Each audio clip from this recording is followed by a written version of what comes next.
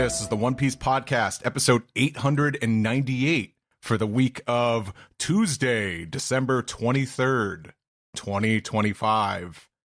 My name is Steve, and I'm the only host on today for the last podcast of the year, maybe. That's a good sign, right? Yeah. Everyone's just sick with holiday flu. And by everyone, I just mean one person. Everyone else is busy. Yeah. But I am clearly, as you could tell, I'm not alone. I'm joined by our very special guest, translator for weekly Shonen Jump in Manga Plus and over in Shonen and the Viz website. Can't do the intro. I'll do it again. Who cares? Why am I doing it? You're not going to edit this out. Very special guest, translator for One Piece and weekly Shonen Jump in Manga Plus. Here comes Stephen Paul. Here comes Stephen Paul. Right down Stephen Paul Lane. Here comes the special boy. That's me. And if you couldn't tell by that infectious laughter, it's only our editor. You better clap once. You better clap twice. If you're going to cough, please mute your mic. Our editor, Delaney's on the show. Ho, ho, ho. Well, I'm here, and I'm here. Filled with podcast cheer. Welcome to the No Cuts episode, where every uncomfortable pause where I try to find a joke remains in. I mean, that's just how I talk all the time. That's an episode. Yeah, it's your average episode. But this is anything but your average episode because while we do have a manga recap for chapter 1169, what is that title? It's My Death Cannot Come Soon Enough, which is what you'll be saying halfway through this podcast. This is good. Yeah, this is all gold. Leave it in. We'll be doing a manga recap, and we'll be doing our Piece Together segment. We'll take your questions, comments, concerns, theories, all of that. But we got a pretty beefy little news segment to get into at the start of our show. Mm-hmm. First things first, I want to talk about the One Piece Podcast's episode 900 live stream. Maybe you've heard about it, but if not, on January 4th, we're going to be doing a pretty lengthy live stream throughout that day with different guests cycling in and out, different segments. Of course, we'll have a manga recap too for that episode, but please tune in, and it's going to be a charity live stream as well. All the details for that right now are just on our Blue Sky, but follow us on there if you're not joined there, if you haven't, and tune into that for our big monumental 900th episode. Mark Maron's gone, so now we gotta claim the throne. Maron resigns in disgrace. They're too good at podcasts, he says. we gotta have him on. We're gonna have him on. We got him.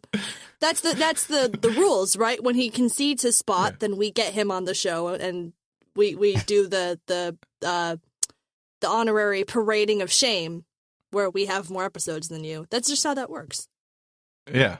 And then he'll upset Zach, and Zach will audibly get up and leave, and he'll be like, "Hey, Zach, come back. Come on, Zach. Come on." Babe, wait, babe. I've not listened to Marin in a long time.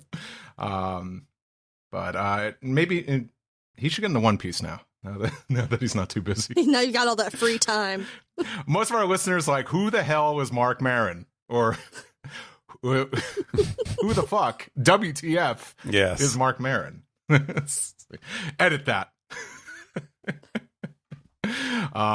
That's me promoting our 900th episode charity live stream, so check it out. But the biggest news coming out this weekend for One Piece fans is that Jump Festa 2026, right? They always call it the year that's coming up, right? Yep. Just occurred in Japan, and of course, that's like, if you don't know, it's basically like their San Diego Comic-Con. where they promote a bunch of stuff that's upcoming for the year. Like every manga kind of has like a special presentation, words from the author, hyping up new projects, anime, et cetera, et cetera. I think you all know. And One Piece is no stranger to that. Always dropping a bunch of big things. And this year was no exception. So let's get into that. I'm trying to think, what would be the first thing we should cover here? Maybe the message from Oda?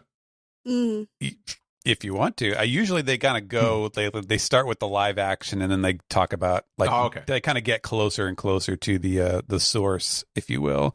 But okay, let's go in that order. Why not? The biggest thing for the live action was they showed a little teaser trailer, a little snippet of Chopper. It's a scene where Nami first sees Chopper walking across the room, and he gets scared.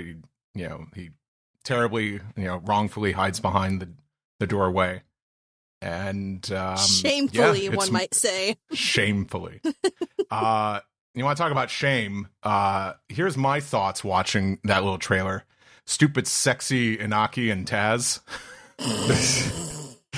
Yeah, there's a lot of bare midriff there. Sanji was not wearing a shirt and wearing bandages during the scene, but like Luffy just looks like he got out of the steam room. Yeah, he was in the sauna. Yeah, it was so jarring. I was like, "What the hell is going on?"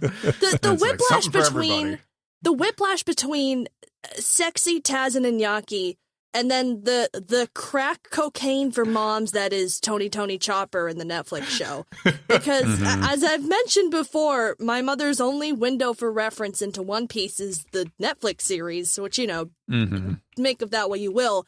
And as soon as I revealed that Chopper was a character who was coming in the, what was it, Tadum, they announced Chopper last year? Or this past year, I suppose. Oh, she was beside herself. It was like, you've known he was coming the whole time? You knew this was happening? And I was like, yes, this was in like 1999. My sister was like 1 year old when this happened. This is old news. We're moving on to new news. I really was kind of surprised when the whole bit, because the clip is all the different voice actresses that they have internationally. So obviously the new casting for Chopper, and then the Japanese voice, and then all the other foreign actors. And then it's all the same scene over and over again, and then they shoot you back to Iñaki with his arms outstretched and his shirt just, his scrub board out. It's very jarring. Yeah, I encourage you to mess with your mom and just tell her like false things that are going to happen in the story. Like I heard someone say like, "Oh, I thought Ace suffered a certain fate, but then he's showing up in Wano." I was like, he's around. Ace is still in Wano. What's Wano? This will definitely be relevant to you one day. Yeah. One day you're going to need to know who the 4 emperors are. This will matter. Now, like we heard like a decent bit of Chopper at that Tadum like presentation, right. But after this trailer, I really am more of a fan of Michaela Hoover's performance. From what I heard from that scene, I think that's pretty good. It's very solid. Cutesy, But I liked it. I was like, oh, that's adorable. So, just a brief tangent with the live action. Wow, they're going all in on that merch now. Yeah. There's so much merchandise, so much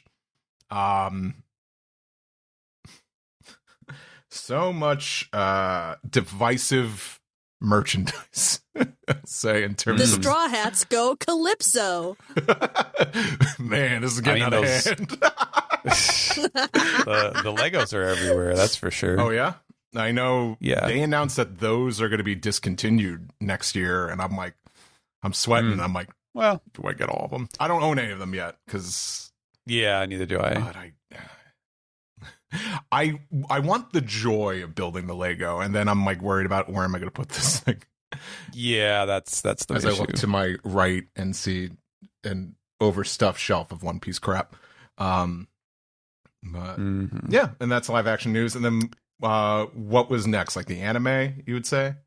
Yeah, we have a little teaser trailer for the Elbaf anime arc, which is, what is that? Is that April or is that April?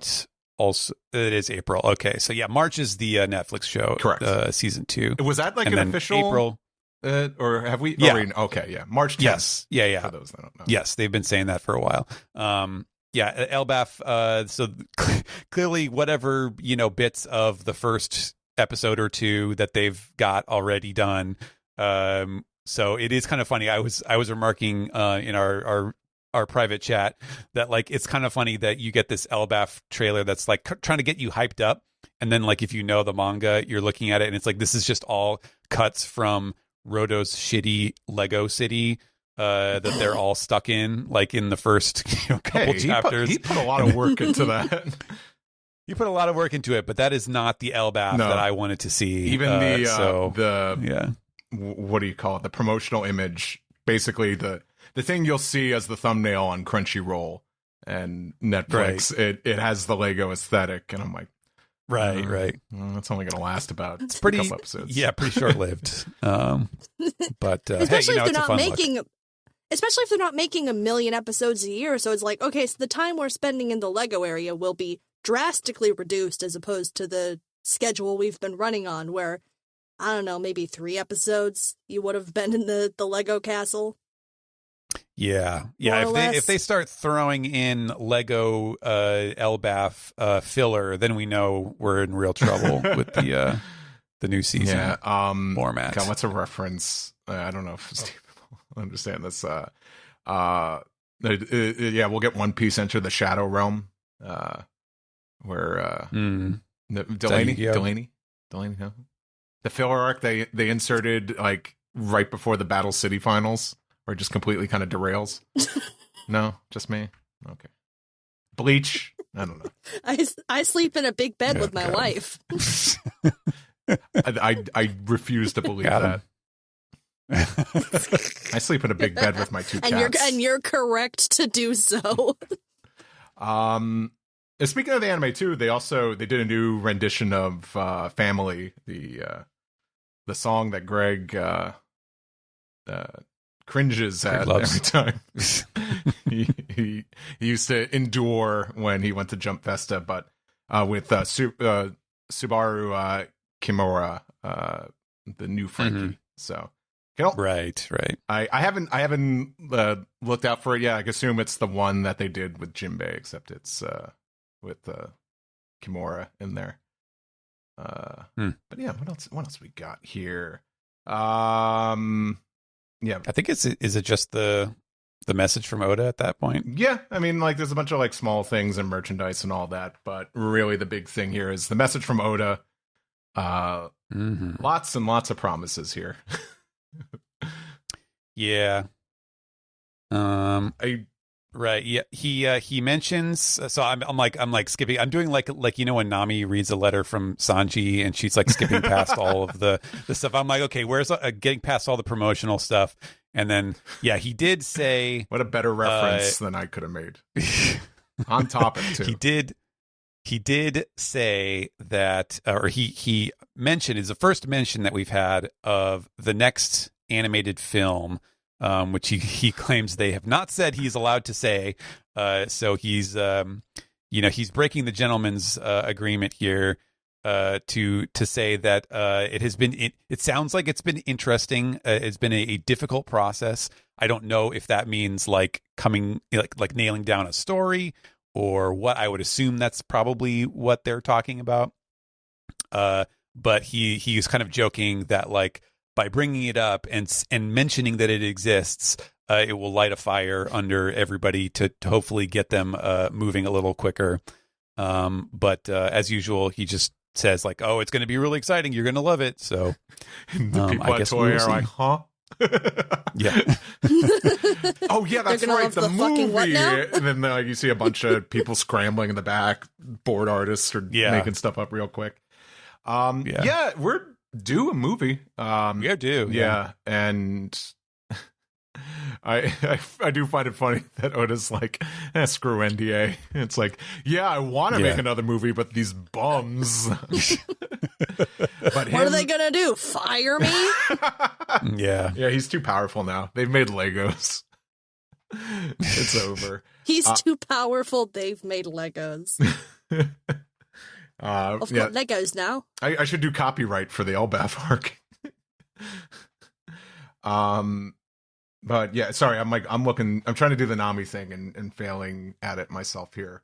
Cause what was it that again? It said something, new film. Sorry, it's the third paragraph here.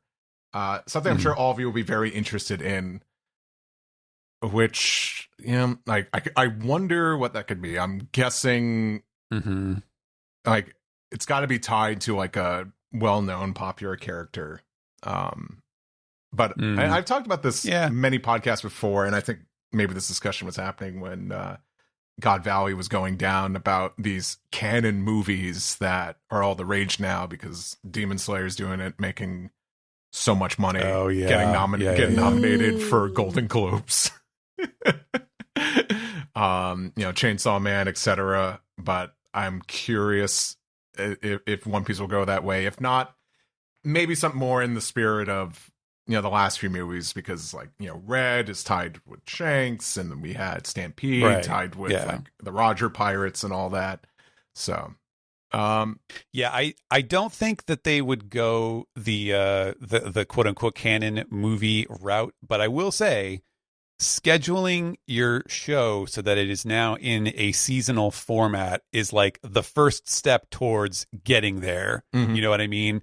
Like they're not going to stop. When the anime is continuous and it's always airing and they're always moving through the new material, you can't stop that to say, okay, here's the next chunk of the story will be in this movie. Yeah. But if they're already parceling out the time to say, okay, this is going to be this season, this is going to be this season, that's the first step towards doing something like that, which I kind of don't. I mean, I wouldn't necessarily want to see that, but I get why people would think about it because it does seem to be they've shown that it can be successful. Yeah, and that's the biggest thing of all. That's right. Making money. But I don't know. We'll see. It's gonna be an interesting year for the One Piece anime. It's just bold new territory doing seasonal and all that. But and I could only just speculate at this point though. But in terms of the manga stuff, promising the man with the burn scar, that's a big one there. Another pair of characters coming face to face. Let your speculations run wild. What was it? Zach who was pointing out like he was showing like the last couple statements that he's done, and he always has some bullshit that's like so and so somebody is going to do something, and that could be fucking anybody. Like what that doesn't mean anything. How are we? You can't even look back. Yeah. Oda doing teases for his own manga sound like how I sound when I'm just trying to summarize a chapter. Oh, people met and they did things and the chapter happened and they went to a place. It's called hashtag making your move. Also, I don't think hashtags are very relevant anymore. No. Well, sick hashtag reference, Steve. I can't wait to see. I can't wait to see how dated things are when they're like hashtag this. I knew to weather that storm and be like, no, don't do that. Don't put that on a shirt. The one thing that troubles me is saying the story will be moving at breakneck speed. And he's talking about because he's getting older. But the good thing is he's saying like, hey, I'm looking out for my health. I'm looking out for my health first and foremost. So I think that will explain why things move so fast. And it's just what One Piece is going to be now. We got to move things along. Lots of like pages long actions will happen in one panel now, and that's just how it be. Sorry, I think I'm just getting a little a little projection. I'm getting a little wistful maybe, but I think that comes as no surprise. But at least like Oda's kind of just saying like, hey, things are gonna be moving kind of quick, but also because I'm old. He also like we're just getting, like he says, we're just getting out of this very long flashback, so he knows like what he's pivoting to after this in the story. So I'm sure that's what he's thinking about when he's making these comments of like, okay, I'm going to have a bunch of stuff going on real soon, and that's all in the works for the manga. So, that's kind of what he does with these statements. He just kind of gives us a little State of the Union on where the story is. But other than that, good for him. But let's see what happens. I know like these messages aren't always a guarantee of what is going to happen the following year, but you never know. I always just think of the one of the Straw Hats is going to die. Maybe not the exact phrasing. To me, that's the most infamous Jump Festa speech from Oda. Wait, did he actually say this? Like, one of the Straw Hats is going to die? What was this? I'm sure he said the one a Nakama is going to die or something like that, which is cryptic. Is interpreted as being one of the Straw Hats, and so it ended up being Mary. Oh, okay. All right. Okay. Damn. But other than that, so he's just been a prick like this forever. This has just been his life. Okay. you never want to show your hand. No, you don't. But it's like he didn't have the same level of power back when he killed Mary, as opposed to now, where it's like billions of dollars are on this thing, and he's now just blackmailed Toei into getting a fucking movie going. Times have changed. I love to see Toei be like, what the hell is he talking about? We're not doing a movie. What movie? There were never plans. We were done after Red. We told you this. It's like, or it's just no, you didn't. It just play the scene for was it Euphoria or something? Is this message about us? Is this fucking anime about us? But other than that, seems like a good time at Jump Festa overall. But enough about that. Why don't we get into the manga recap? Let's go.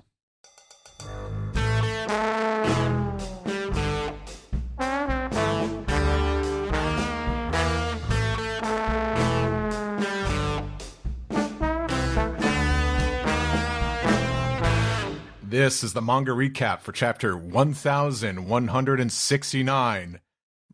My death cannot come soon enough. Very dramatic. And it's thank you. Going for the Oscar. And of course, we have a cover spread this week, so that means One Piece has graced the cover of Weekly Shonen Jump once again. Steven, what's going on the cover? Yeah, well, it's a special, as you may know, this is being the end of the year. This is the first of our special double issues where, it's going to last. We have to last it for 2 weeks rather than one. And that means that there's more than usual on the cover. And this time they've got a big fancy stained glass style illustration with all your favorites, sized by order of importance. And so naturally Luffy is front and center. And he's holding up a fist for daps on to the reader. Well, don't dap him too hard. You'll shatter the glass. Yeah. Sorry, cool. The only image I had is just Luffy smashing the mirror in Whole Cake. He dapped too hard. And like I mentioned, that means we have a color spread, and what we have is a big old Rocks Pirates spread filled with most of them. First thing I thought was this was very reminiscent to the Strong World color spread with all the Straw Hats minus Nami and the suits. And this is like this quote unquote, I mean, I know it's hand drawn, but like this font that he does, like you've seen this like half a dozen times on color spreads where he, writes a word with these types of letters. And I like this skull because it reminds me of the stuff Oda has drawn for the professional wrestler Minoru Suzuki. It's very similar to his little skull and crossbones. But this was not originally what Oda had planned, because, wow, did he have a bunch of other ideas, as we could see from the work in progress video. on the One Piece staff on the Instagram page. I'll get us out of the way. I'm a little begrudgingly admitting I'm like, I like some of these other concepts more. Here, sorry, I mean, you guys. The concept itself, like, is pretty straightforward. Like, what you see is what you get. Like, yeah, it's the Rocks Pirates. They're just posing. Like, there's no twist to it. They just look cool. That's about it.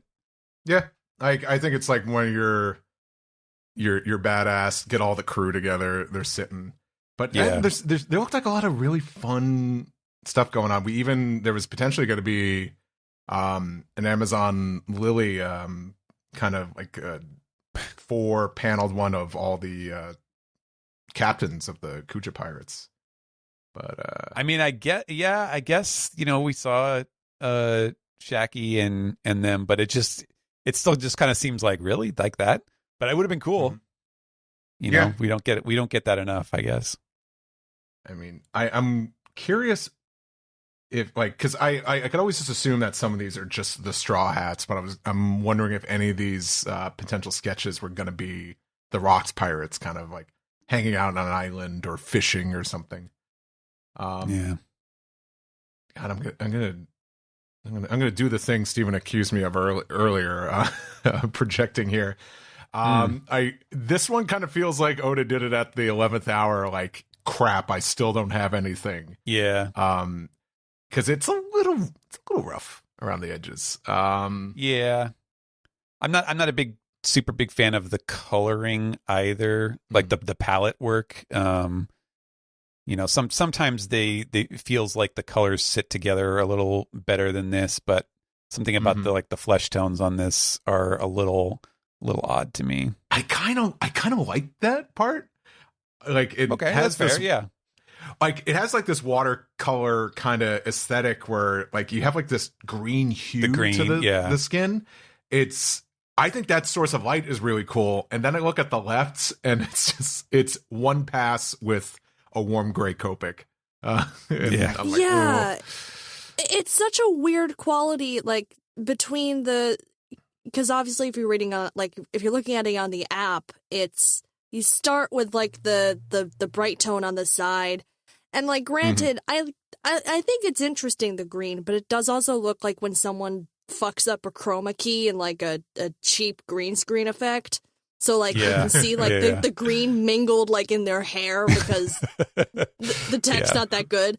And then you go over to the other side. Who's the tongue guy again? The guy that we think is related to Caribou? Yeah, I was going to ask the same fucking, damn it. I was like, I hope Steve knows this. Damn it. Yeah, I gotta get better. Rocks Pirates and Whitebeard Pirates are my weak spot right now. I don't remember any of those guys. I do think it's funny because, it took me a second to realize that because it kind of looks like Kaido is like flipping off, like he's looking the other way and he's like, yeah, well, fuck you also. Yeah, but I thought that was Kaido flipping off originally. Yeah. Yeah. But it's Wang Ji, right? Wang Ji? Yeah, I think that is Wang Ji. That's right. I was just pointing out, like, if they were in front of a green screen, like half this dude wouldn't be in the shot. Yeah. Meanwhile, Shiki in the back looks like straight up unfinished. Like, that, truly the most afterthought character in the batch is just this half sketch of Shiki. The problem is him and Ganzui, like, you could tell I just read that off wiki. With that muddy background, they kind of just get lost. They get washed out. Yeah. But I love the I love the Miss Buckin and Whitebeard. Well, I guess she's Stussy. I really love that. You know what I just realized it looks like? It looks like when you go to Sears and they've got like the family portraits, but like they're weirdly superimposed. So like it's either shitty green screen or weird mid-aughts family portrait where they like superimpose like the dog over the picture of like the family sitting together. Like it's the person in the foreground and then the background is like the Force ghost of somebody. I I like this one, but I don't love it because it immediately made me think of the Strong World one, and that one had so much attention to detail in the background and wasn't so muddy. But the black suits really seal the comparison there. Like, it is just the same concept. Though I do like the Stussy and Whitebeard interaction. It's very cute, and it's just I really like that. For the evidence, and I'm like, there's not a straight bone in that man's body. This is the look of a man who's just like, no, stop flirting with me. And then he sees a grown man that looks like Butters from South Park and says, I want to go home with that guy. Yeah. But like I said, I like it. It just feels like, ooh, this one felt like it was making a deadline. So, and then Rox has a tiger like Scott Steiner. Princess Jasmine. The Hangover. Rock's exotic. Oof. Alrighty. I hope your death hasn't come soon enough yet because it's time to actually get into the manga. We get an Oda box here. 14 years ago in the Sun World, Elbaf. This is Gabon's house. And young Shanks is saying, what? Captain Roger had a son? Gabon says, apparently so. That's what Garp told me, at least. And this is probably Shanks responding, I'm amazed that he survived the Navy search then. And he laughs and says, he smiles and says, well, in that case, I guess he's like a little brother to me. And Gabon says, you're not wrong about that. You and Buggy were our sons.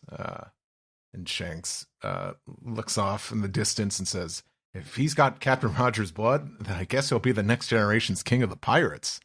And Gabon says, hey, it ain't a hereditary position. Sometimes those with the greatest expectations placed on them fail to achieve that greatness. And I feel like this is Gabon looking into the camera and saying, Marineford. Yeah. It also feels, it almost feels like did you hear that, Boruto? And whatever other. When I first read this panel, I'm like, Oda, are you listening to yourself, Mr. Zoro's great grandson of 1/16 samurai blood? Miyamoto Musashi, yeah. Frickin' Mr. Here's Rocks. By the way, he's the father of Blackbeard. Yeah. No, I'm not going to make that a cool reveal. It's just he's the son of Blackbeard, or father of Blackbeard. So I was like, like, are you sure you believe that, Oda? And Shanks says, you think so? And then this is Gabon laughing like, it's what makes life so fun and unpredictable. As we and it's a cute little panel. It's a we zoom out and see the house, and Shanks is like hopping off of this big the bonsai trees are small trees, right? Or are they also the big trees? I mean, that looks, well, bonsai would be bonsai is basically like a shrub that they prune to look like a tree. Well, this is Elbaf, so this probably is like their bonsai. Just a regular bonsai. It's a regular tree. Yeah. Yeah. I guess this confirms too that when we saw them hanging out in the bath, that's literally the same. Like, this is the same day that all the shit went down. Which I'm not sure if it was really stated before this, but now it seems that it is. Which shit are you referring to besides two men sharing a hot jacuzzi? Yeah, no, that scene that we saw them earlier hanging out at Gabon's house, and now we see that is literally the same day that everything went down at the castle with Loki and sorry, yeah, what's to come in this chapter? Yes, of course. For some reason, I thought you were talking about the whole Marie Joie, Mary Jo. No. All right, Delaney, what's going on the next page? Well, the Oda box is going to tell us and actually answer the question we just had, which is, meanwhile, the fateful scene at Elbaf's Arrest Castle. And we see the castle and hear Loki cackling, "Daga ha ha ha!" And everyone panics. "Oh no, Loki! Prince Loki has returned. Chief Jarul is here as well." And outside of the royal chamber, we see everyone hearing the calamity outside. and Harold is just kind of standing there, surrounded by his men still, with the body on the ground. And they're all asking amongst themselves, "Why did he, Your Majesty? He was coming to chain you up, like you said." And Harold is just standing there, frowning at the guard that he just attacked, thinking, "Why did I cut down my guard like that? It was like my body moved on its own. Was it to fulfill Emu's orders? To eliminate those who would stop me?" And we hear Emu echoing, "Form an army of warriors." Am I incapable of fighting back? Can those orders even alter my very thoughts? For the rest of my life? And we look at the mark on his shoulder. For as long as I continue to live, my presence will only make this country worse. My body is a blight upon its safety. It was a waste. It was all for nothing. 144 years of life down the drain.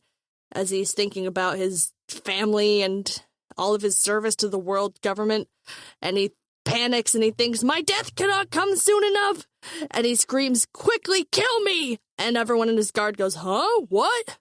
And he thinks to himself, "I refuse to let Elbaf be enslaved." And he screams, "Hurry before it's all taken over!" And he starts just swiping at his guys, and they're all panicking. They're asking, "What are you doing, Majesty?" And we see Loki in the corner popping the door open, and he says, "Hey, Pop, I'm back." He's entering in like it's a sitcom. Yeah. This is coming off the camera side. Yeah. Wacky Uncle Loki. What's up? Cousin Loki. Did I I'm glad do that? I'm glad that these were that some elements of this scene were familiar enough that I was like, wait, have we seen like this exact line of dialogue before? And yeah, this he's kind of like weaving in new stuff with like the first time. I think it was the very start of the flashback. I think it might have been, yeah, where we also saw this exact moment where Loki hops down in front of the castle along with Yarul. I don't think it was necessarily the start of the flashback, because the flashback started with Harold, but this was this was like a little mini flashback that happened. Yeah, it was like a little intro to the flashback, and then I like went back and looked at it, and I was like, oh yeah, he's like literally like repeating the dialogue. So I was like, okay, I better make sure that at least the parts that we saw before are matching here. Yeah, it kind of like all. Like, we've seen all the different perspectives, and now it's all kind of just meeting back at one point, and now it's just, I think it's just a straight line now. Yes. So, and now we see, again, another thing that we saw also previously in Silhouette, and it kind of looks like Silhouette here, too. I guess probably just because maybe Oda doesn't want to confront us with the gore of it, or maybe it's just because it's to remind us of that scene. But yes, we get the part where Loki busts in the door and he sees the image of all the guards standing in a circle and stabbing through Harold with their spears or their halberds or whatever, which you can do if it's a polearm. You don't do this if you all have guns. Don't stand in a giant circle and shoot at the guy. Where do I feel like I've seen something like a scene from like a movie or show recently where that happened and like half the people shoot at each other? But in terms of in One Piece, this is what the cooks of the Baratier did to Sanji. And some people might forget because you call that a circle merc. In case you're like, if you're more familiar with the anime, they changed it to those giant pitchfork forks. But yeah, in the manga, they're all pointing guns at him, and I'm like, oh, it's not so smart, yeah. But this is the scene where Loki busts in on them and it's like, "What's going on in here?" And Yarul says, "Harold." And meanwhile, Harold, while he's getting stabbed through, is thinking, "How can this be? I truly am immortal. I can feel my body recovering." So even as he's like, stuck in this grimace of pain, he can tell that it's not doing anything to him. Whatever damage he's getting is just recovering immediately. And so his hand grabs the hilt of the sword, and he's thinking, "Stop it! Run for your lives, men!" as he winds up for the big baseball swing here with a cool overhead shot so you can see how fucked all these guys are. And then he unleashes it. It's a huge, Elden Ring boss attack that he just sends all of them flying. And they're all screaming, and he's thinking to himself, what can I do to die? Someone help. And Loki and Yarul are both just flabbergasted. I love Yarul's expression. It's like, I mean, it is legitimately shocked. Like, he has a very good reason to, but it also is also a little bit Muppety. It's kind of funny. It is. He hit him with the Gene Kelly windmill. Oh, nice. Yes. Old films. Steve. We're back at Gabon's house, and Shanks, which almost reads timidly, talking to his adoptive father, being like, so basically, Harold and I, what did you do? We signed the shower. I know I promised I'd be back by 9. We signed up for the covenants, but just the shallowest one, okay? It's not a big deal. All right, we're going to sit down here until you finish this whole tattoo.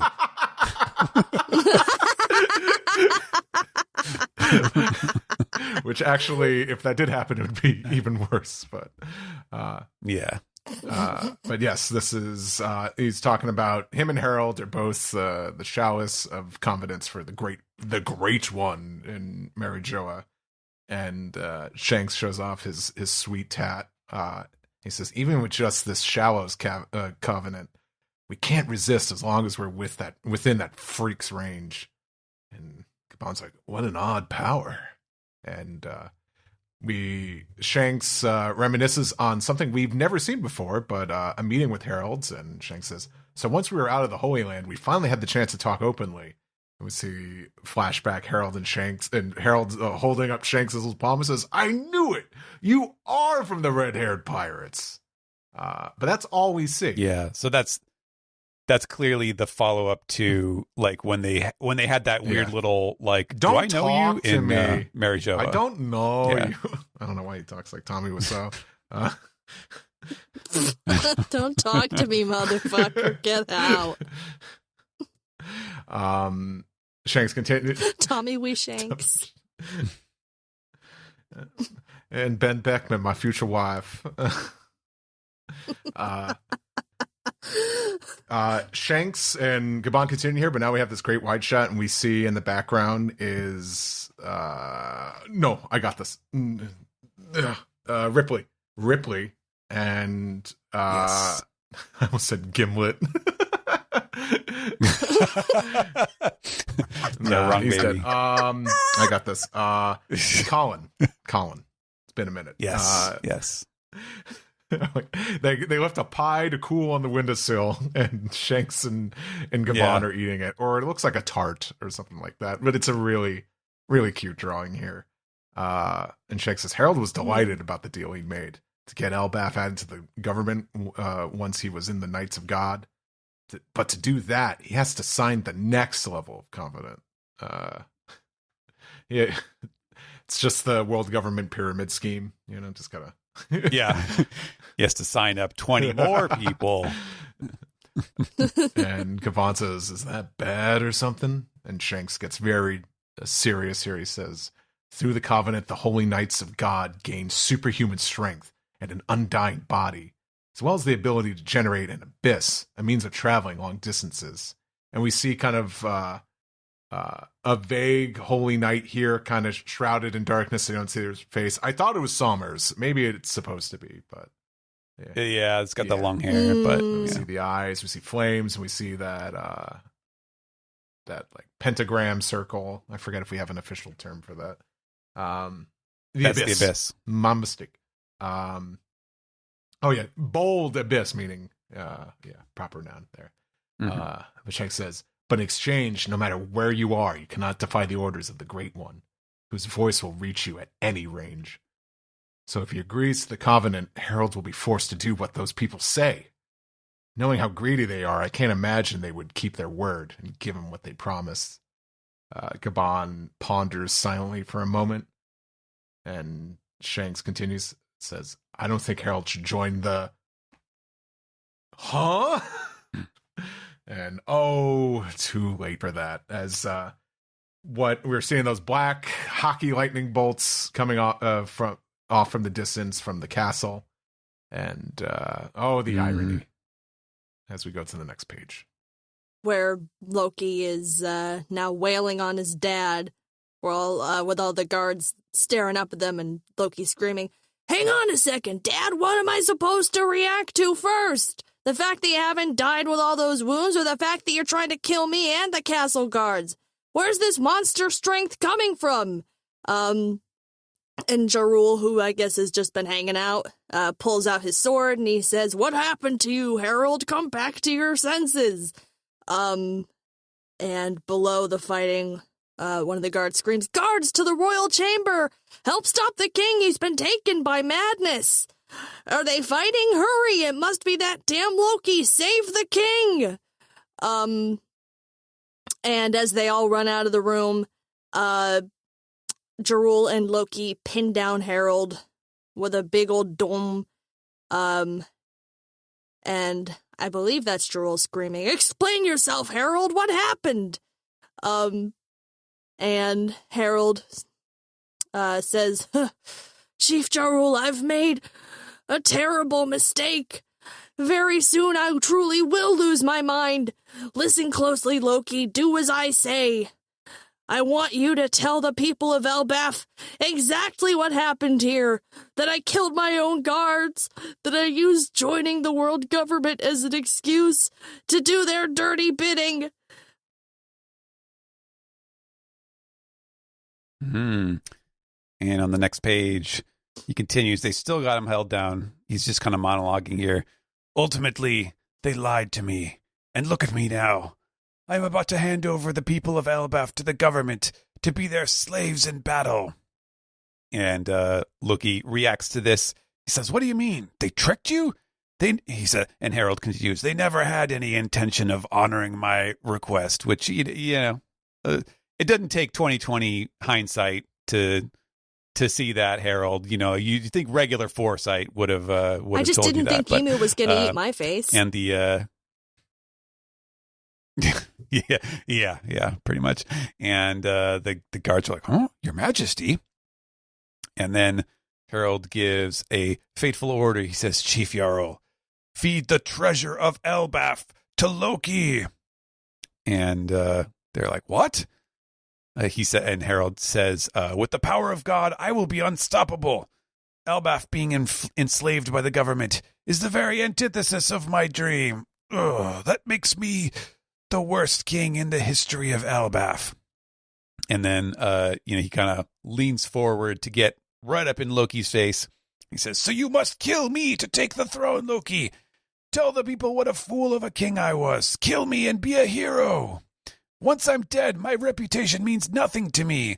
All that matters is Elbaf's future. Am I wrong?" And we get some very impassioned, close-ups of Loki just kind of taking this in with a grimace, and Harold is in tears now with the emotional force of this moment.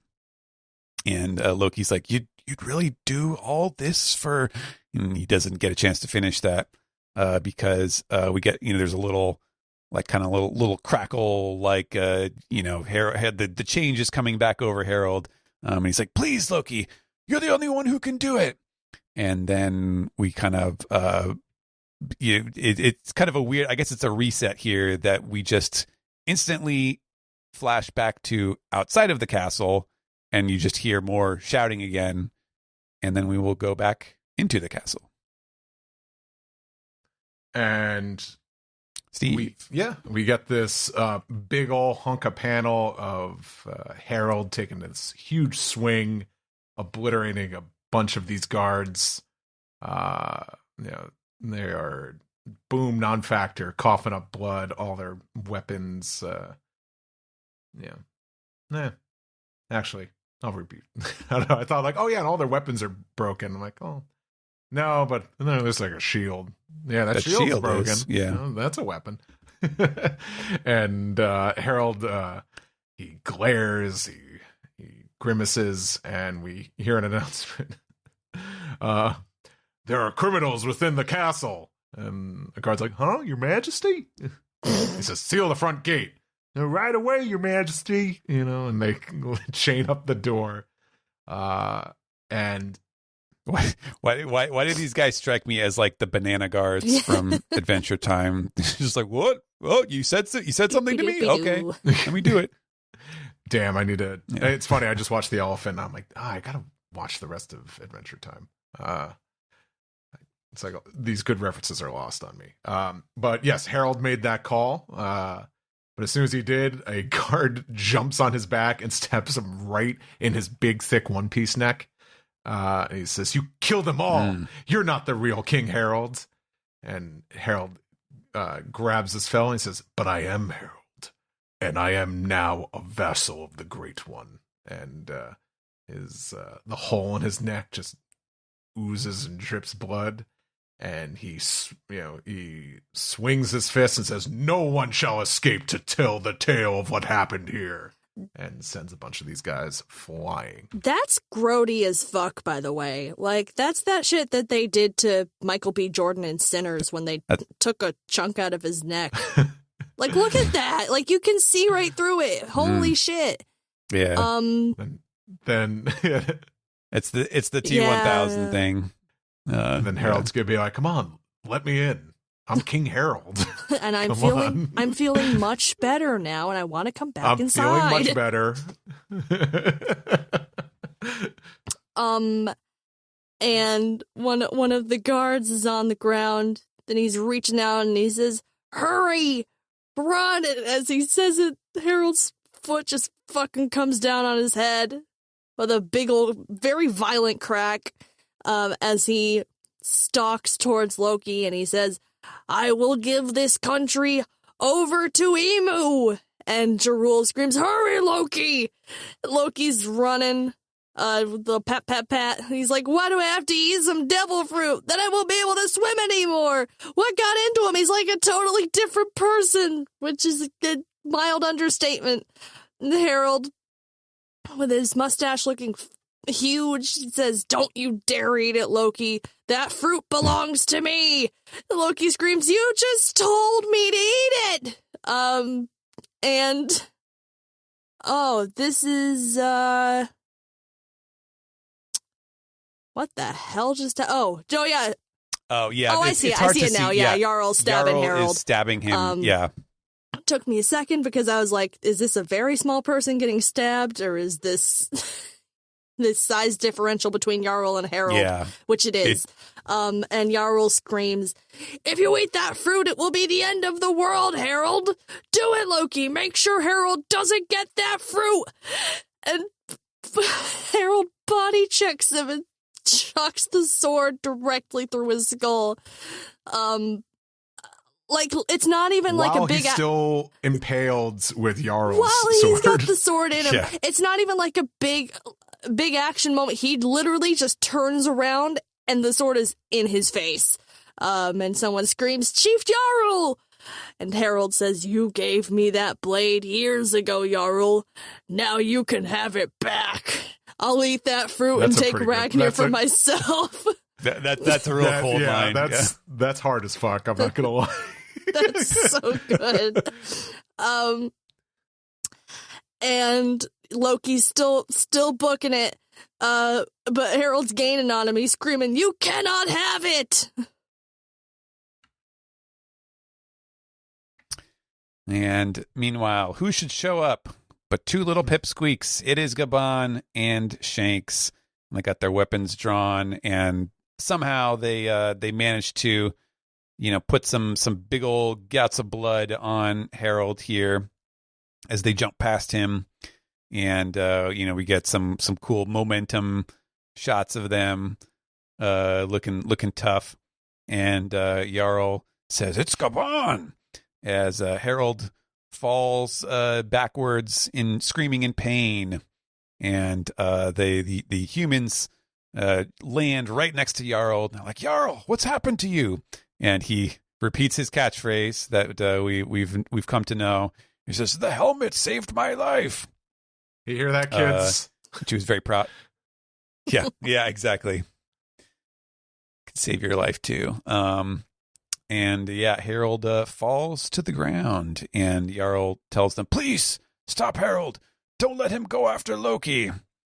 But he seems to be down for a moment, and Gabon says, "Based on what you said, it looks like the worst case scenario has come to pass," because he recognizes clearly that whatever this demonic power is, it has taken over Harold and removed his good senses. And Shanks is trying to tell him, "Harold, look around you. Come to your senses." He's doing the Obi-Wan. No, you gotta say more like, "Come to your senses." You are my brother, Harold. Oh God, I'm trying to think. Yeah. If Harridan was here, what would he do? He would do his duty. Only Emu deals in absolutes.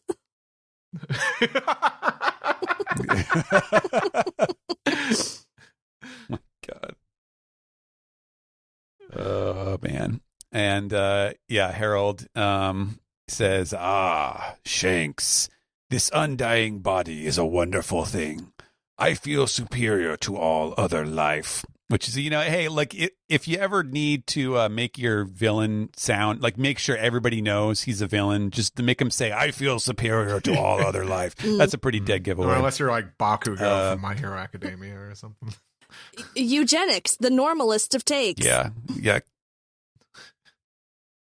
King, you mean King Murder Explosion or whatever the fuck he called himself. So Shanks is thinking, damn it, is there any way to break the control over him? And meanwhile, we see a lock fall to the floor as Loki has reached the special treasure room. He busts open the door, huffing and puffing. And we can see that there is a chest there, just a big old Dragon Quest chest, and as well as a very familiar looking large rectangular hammer.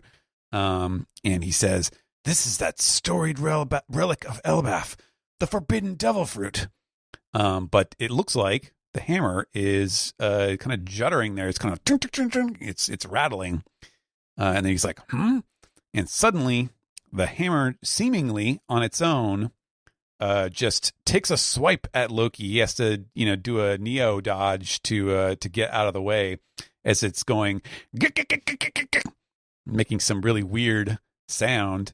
And Loki exclaims, "Whoa, who did that?"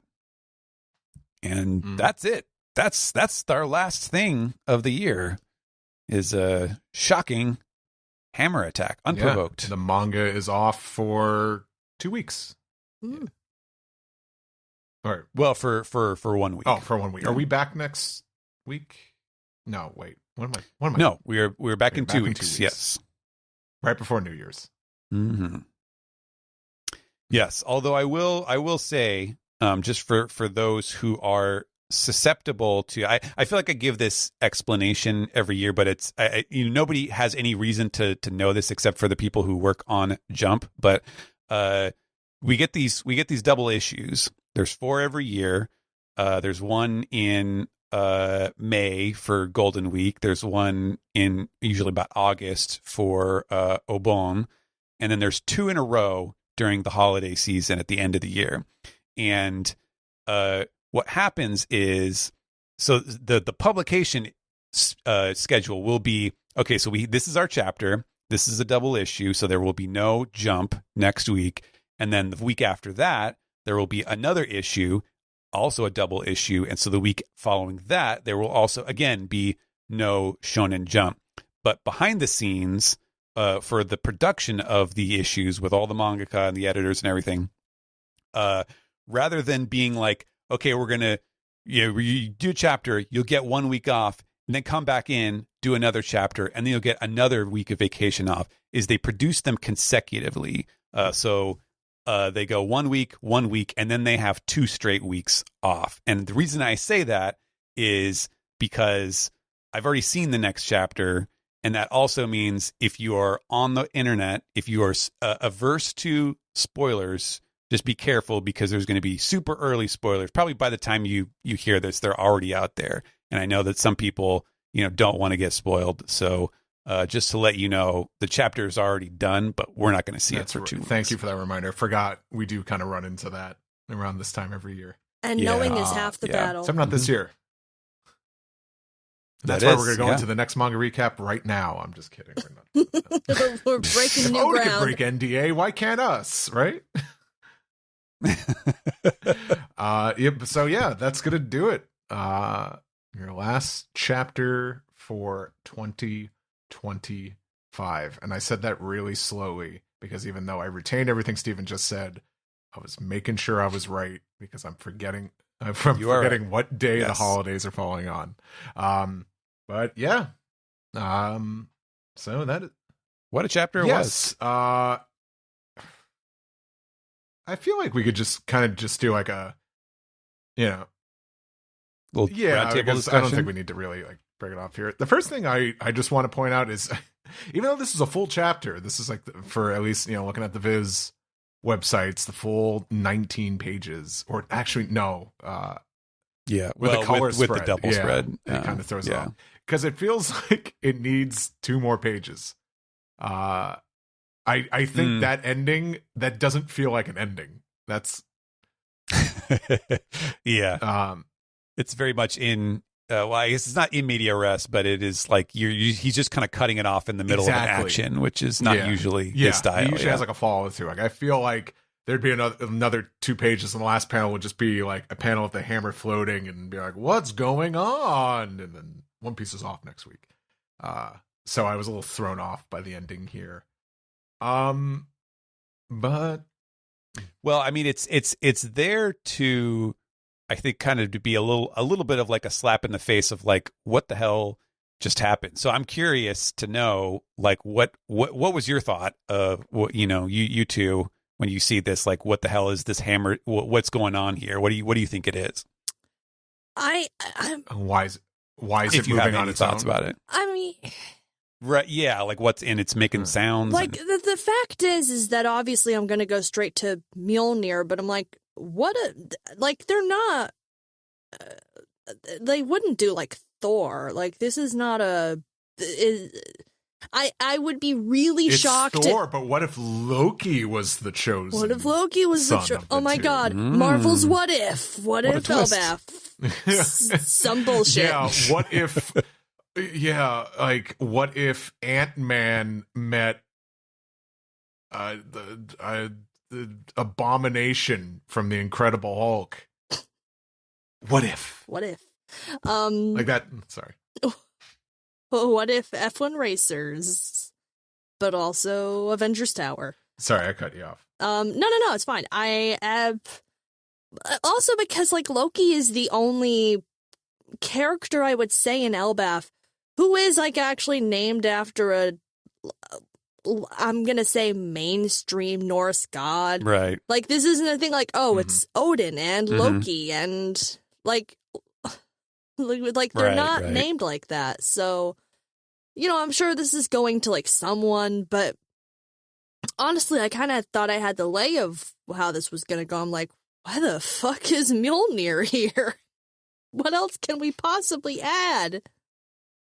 Yeah. Well, And just for those who may have forgotten, since we haven't seen the present day in a while, this is Ragnir, Loki, the hammer that Loki does use in the present day, but he has not been using it. We haven't seen him with it in this flashback. So this seems to be the point where he gets that hammer. Okay. Yeah, but we also don't know what it does. I don't know why it's making a sound. I felt like if it was just moving on its own, it wouldn't have this weird kind of audible sound effect here. I'm wondering, is there some sort of trickster here at play? But the problem is we already know that there's an invisible devil fruit that... Yeah. That was my first thing, and I think I feel like I said this to Greg when we were talking about the chapter, was my spidey sense of this looks like it looks like when Absalom shows up in Thriller Bark, or doesn't show up in Thriller Bark, I should say. And it looks like when the Tentatas were like moving stuff around in Dressrosa, and we hadn't seen them yet, and it was like, what the hell? Why are these things disappearing? And they're like talking about fairies, and then we didn't actually see the Tentatas until later. That was the vibe I got immediately from this.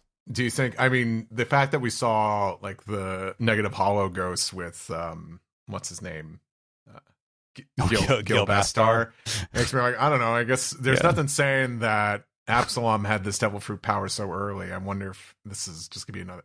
But like, who would this be? I can't think of anyone else right now. See, that's why I went straight to like, is this just like a Norse riff? Because I'm really struggling to think who else could be involved that like we haven't already. Like we've got Gabon, we've got Shanks, we have like what feels like a very complete cast. Apart from maybe like, but I can't think of any of the Holy Knights who would have a power that's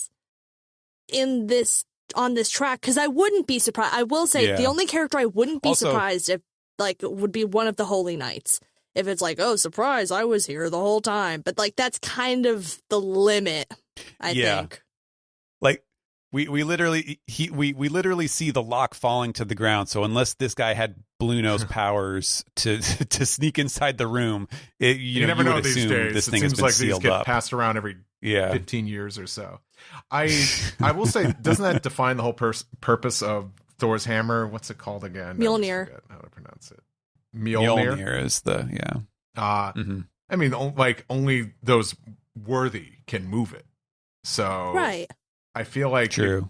I'm like, this can't necessarily be someone else moving it, because then that kind of defies the purpose of it. Or maybe not. Maybe Oda's just playing off of those expectations. Like it's like, no, anyone can move this. It's just pretty heavy.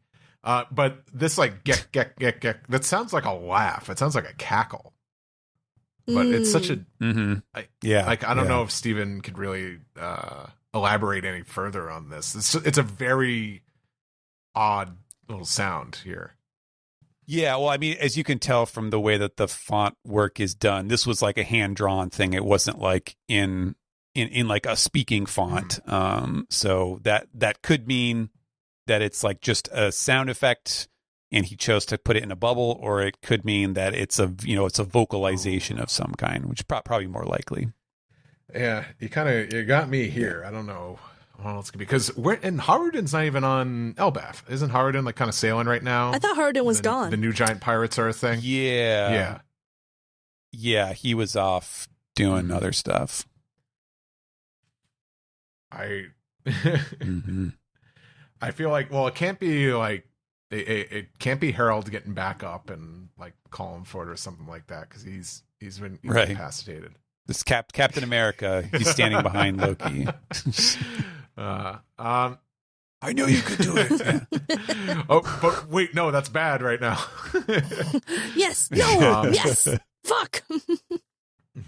I'm kind of stumped on that, and I don't really need to discuss any further without any more evidence. Yeah, I mean that's just a fun thing to wonder about while we wait for the next chapter. But that's really just kind of like a little it's almost like a non sequitur at the end of the chapter, because the rest of it was very dramatic. I guess that's why I was juicy. I'm kind of half and half agreeing that it feels like a incomplete thought, because it is one of those things where it's like, okay, we as readers, we do now live in a post-Avengers world. It's like, okay, so ideally, a majority of people will have the wherewithal to be questioning, like, why the fuck this very suspiciously shaped hammer is moving on its own. And that to me felt like an interesting enough cliffhanger to leave it off on. But I also do agree that it's like, this is a very abrupt sequence of events to end things on. Yeah, I agreed though. Non sequitur. What does it mean? Fuck you. I don't know. Wait till January. Why don't we talk about the whole, it's like the Herald and Loki and Jarl kind of confrontation here. Yeah, sorry.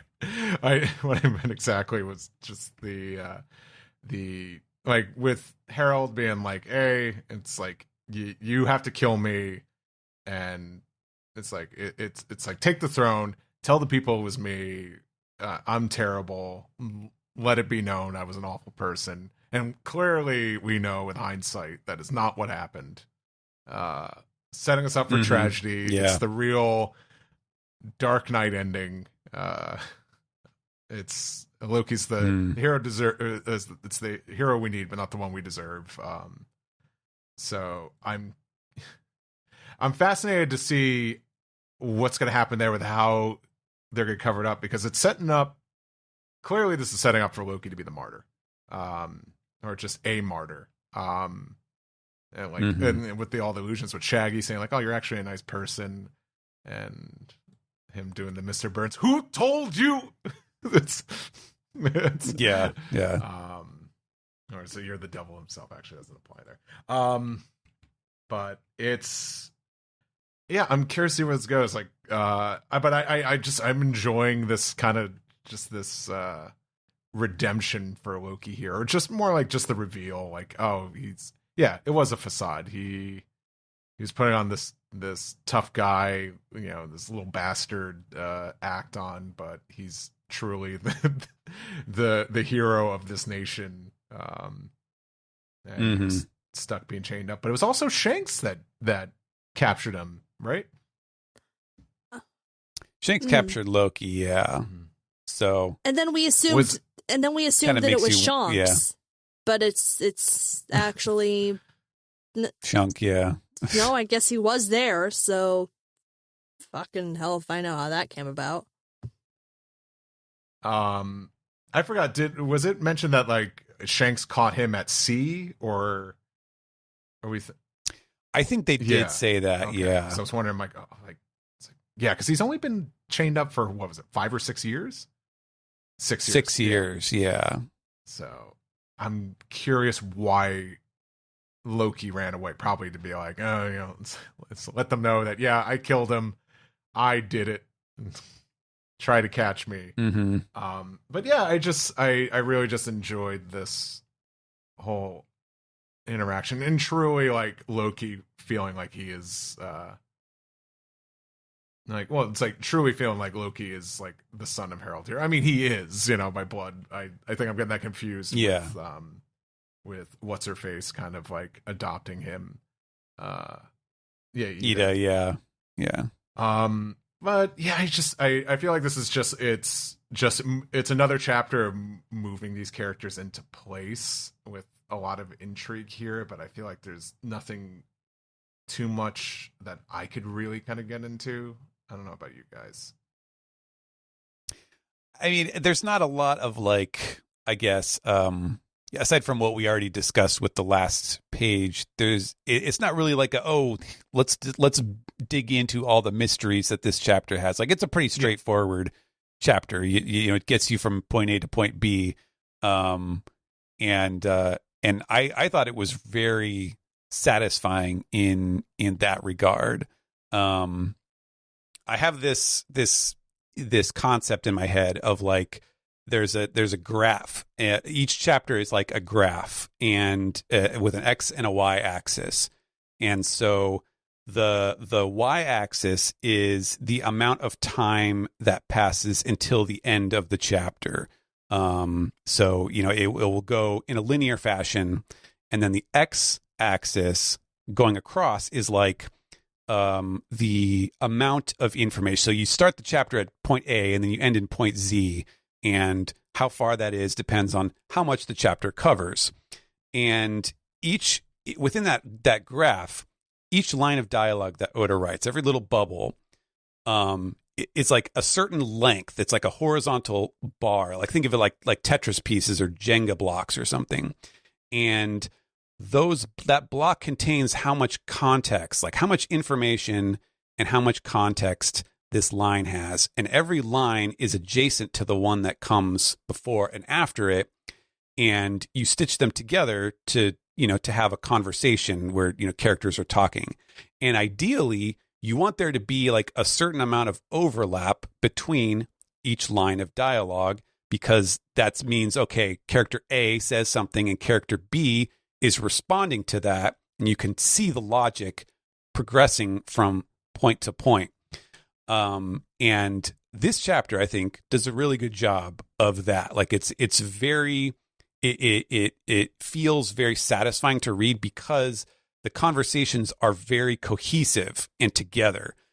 What Oda has not done very often, or not often enough, in my opinion, since for the past, like, let's say 10 or 15 years, you know, in the post time skip era, is a lot of times, because he's in such a rush to get from wherever he is to like we need to get further through the story. We need to get further through the story. And I have fewer pages than usual. And I have to like be picky. I have to be choosy about what I show. Is he starts stacking these dialogue boxes in ways where they're not necessarily even connected. Sometimes there's like a gap between them. That's the place where there's no context and the reader actually has to fill in the blanks on their own to understand why we went from this line of dialogue to that line of dialogue. And it's because he's in such a rush that he doesn't have time to like flesh it out. And it's, you know, it can be really frustrating. I think about that a lot. The reason why this is a thing that I think about is because it is so crucial to the, you know, the act of translation of like how much of the difference of styles from the Japanese to the English is due to the language and how much of it is due to the style of the author. And I can help with the language stuff because that's kind of my job, is to like to know, okay, where is the conversation, like where are there gaps? What does this signify? These are things that, you know, when you work with Japanese and English, which are very different languages, you learn how to do these things. But when you have like these big context gaps, like Oda sometimes does, where like characters are just saying random things and like you're like, does this have anything to do with the thing before? No, it's like it's a different scene, or it's a different, you know, he's like trying to make so many points that he doesn't take the time to actually make all of them count. And this was an example of like a chapter where he really sat and he was like, all right, this whole scene, like with Jarl and Loki and Harold, where, you know, like Harold he's explaining like what's going on, like what, you know, his wishes that have been ruined through his own, you know, mistakes and through the manipulations that have been placed on him, and what, you know, the priorities should be Elbaf's future and all of this stuff. Like, you know, he really lets you have all the time that you need to get that emotion across. And that's where I felt like it felt like an old school chapter of One Piece in that respect, where, like, you know, I couldn't look at it and point out any part where I was like, well, I wish they had talked a little bit more about this. Like, I feel like we really got everything we need to know in this scene. So I thought this was a really, really great, satisfying chapter. Just great, good dialogue, good emotional moments, and whatnot. So I loved it. Yeah. It kind of feels like I'm eating crow, because with me kind of alluding to like the manga's breakneck pacing at this point. Yeah. And Steven just made like a good argument for this chapter. I'm like, no, this is, you know, like this like, was really focused. Everything kind of, you know, led into the next thing, you know, cohesively. Yeah. I think, you know, so yeah, that just because I'm like, oh, you know, not a lot happened, doesn't mean like this isn't a good chapter. I can't imagine what this podcast would have been like when we were like, I don't know, doing like Drum Island or Skypiea, you know. Mm-hmm. What's with the train? Why are we talking about this train? Those words would never come out of my mouth in that order. I know, Steve. You'd never betray the clan like that.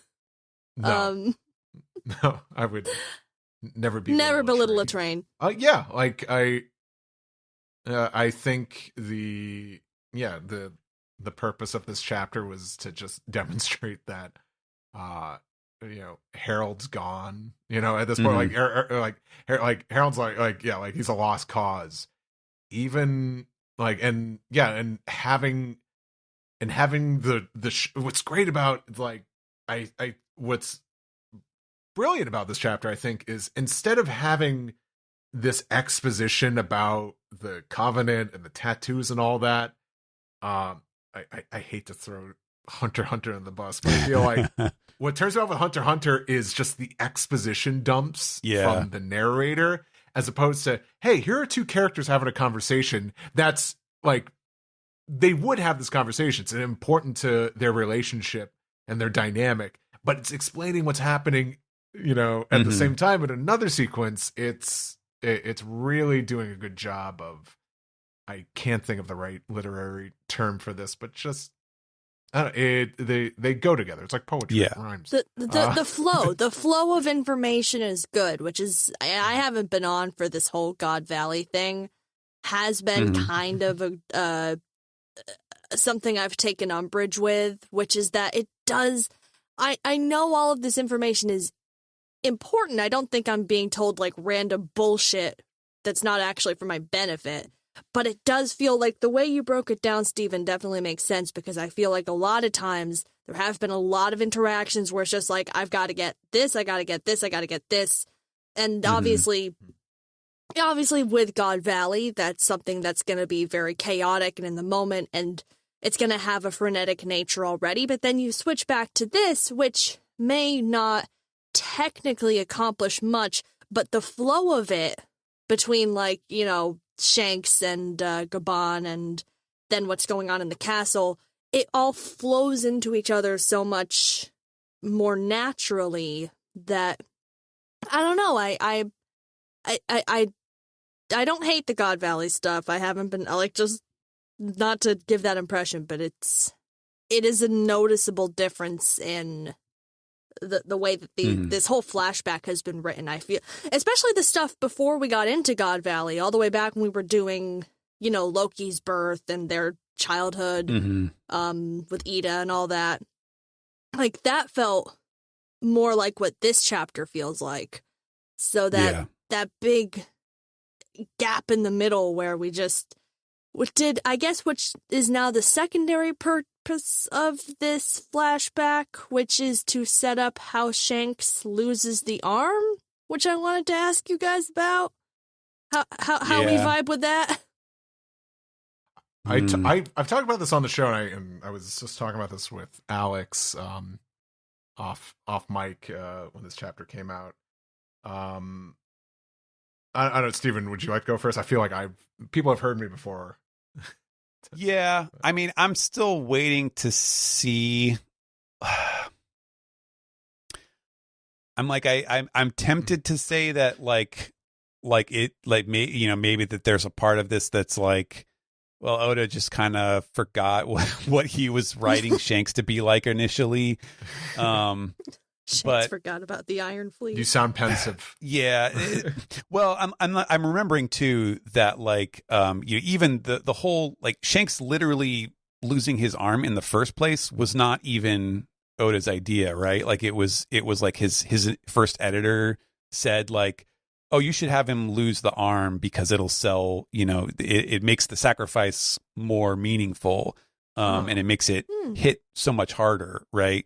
And so I feel like, I don't know, maybe, yeah, I don't want to say that like Oda forgot about it, or that he like didn't like that or something, and that he's like repurposing it or like reusing it for kind of dual purposes here to be like, this is how Shanks gets out of the thing. Cause we've already talked about that a bit on the podcast, and,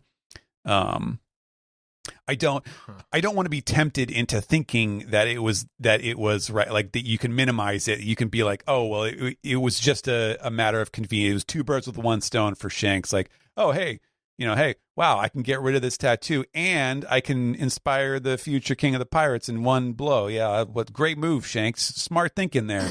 I feel like that would be a very, transactional way of viewing it.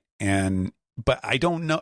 I really don't know, like, if we're going to maybe we'll get another scene with Shanks where he actually addresses this and talks about how, like, oh yeah, now that I saved Luffy, maybe he'll reflect on what it means about the tattoo or something. Because how many years ago, how many years after this would he have saved Luffy? This is 14 years ago. So yeah. Luffy's 5. So he meets Luffy when Luffy's 7, right? I don't know. I guess that's what I'm asking. So it would have been a few years, but not that long after this that happened. So yeah, I mean, I guess that makes it less likely that Oda could write another thing where it's like, oh well, actually Shanks got rid of the tattoo somehow, and then he got his arm chopped off, by the sea beast. Yeah, because I'm wondering what's gonna happen here, because obviously, like, Harold cannot die, while he has this tattoo. This thing pretty much ensures that he's immortal. So Shanks didn't go all in, so I'm wondering if it's still kind of like, well, Shanks could still cut off his arm, and since he's not immortal, it severs the link. I'm wondering, just like, so why did he still have his arm up until that moment? It just recontextualizing. I'm just humoring it by recontextualizing it. Because if it was simple as, oh, if I cut it off, then then they can't trace me. It's like, so why didn't you cut it off? But then well, he also he says in this chapter that like getting the next level is the thing that really kind of kickstarts the whole process. Yeah. Like he's just kind of, as long as you're within the emu's range, whatever that happens to be, maybe that's just like Mary Jo, I don't know.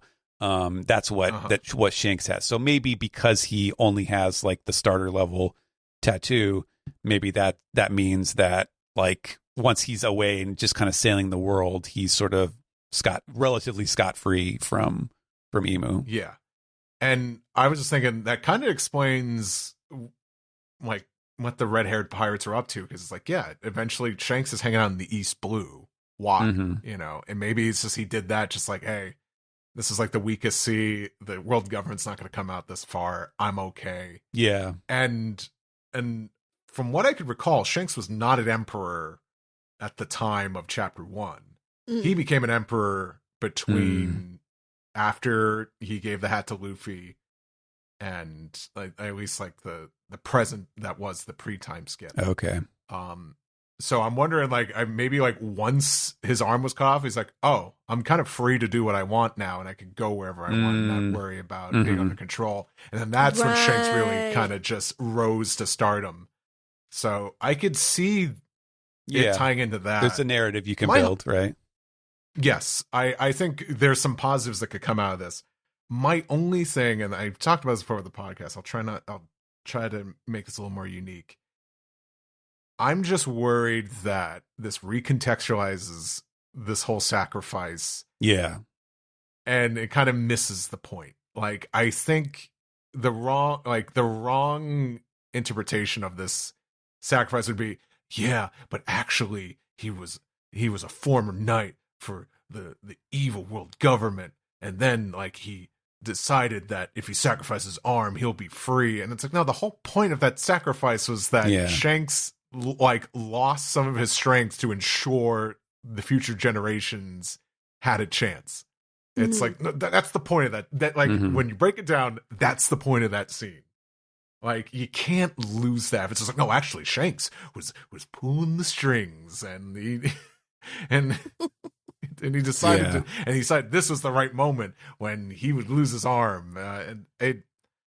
I think that, I don't know. I don't want to like for a minute there, like it did look like there was a faint possibility that was what Oda was doing, and like around the Shanks and Shamrock chapter, and then like immediately it was like, oh no, this is just Shanks. He was just acting, and was undercover basically. Oda could give us a little more context of like maybe how do they react once Shanks leaves and they realize that like, oh, he's becoming a great pirate now. Like did he fucked us over or something? I think that would go a long way to like helping kind of contextualize his actions or how his actions affect the larger picture. But I do agree with you. Like, I think that's one of those like third rail things in One Piece. Like, you cannot mess with that sacrificial act in chapter 1 of the series. Like, it is core to what the series is. Like, you cannot do anything that messes with that. And that's what that's what I say. That is like, it's like that is like the thesis of One Piece. Yes. Like, yeah. And as soon as you'd be like, well, he did it, so he didn't have to be involved in this, dark, deep government. Forgetting my terms here. Pick your favorite. As soon as you do, like, you try to make it like, oh, but it's interesting, and oh, how the thread unweaves. I'm like, there's no heart to that anymore. Right, it's just it's only cool context. Yes. Yeah.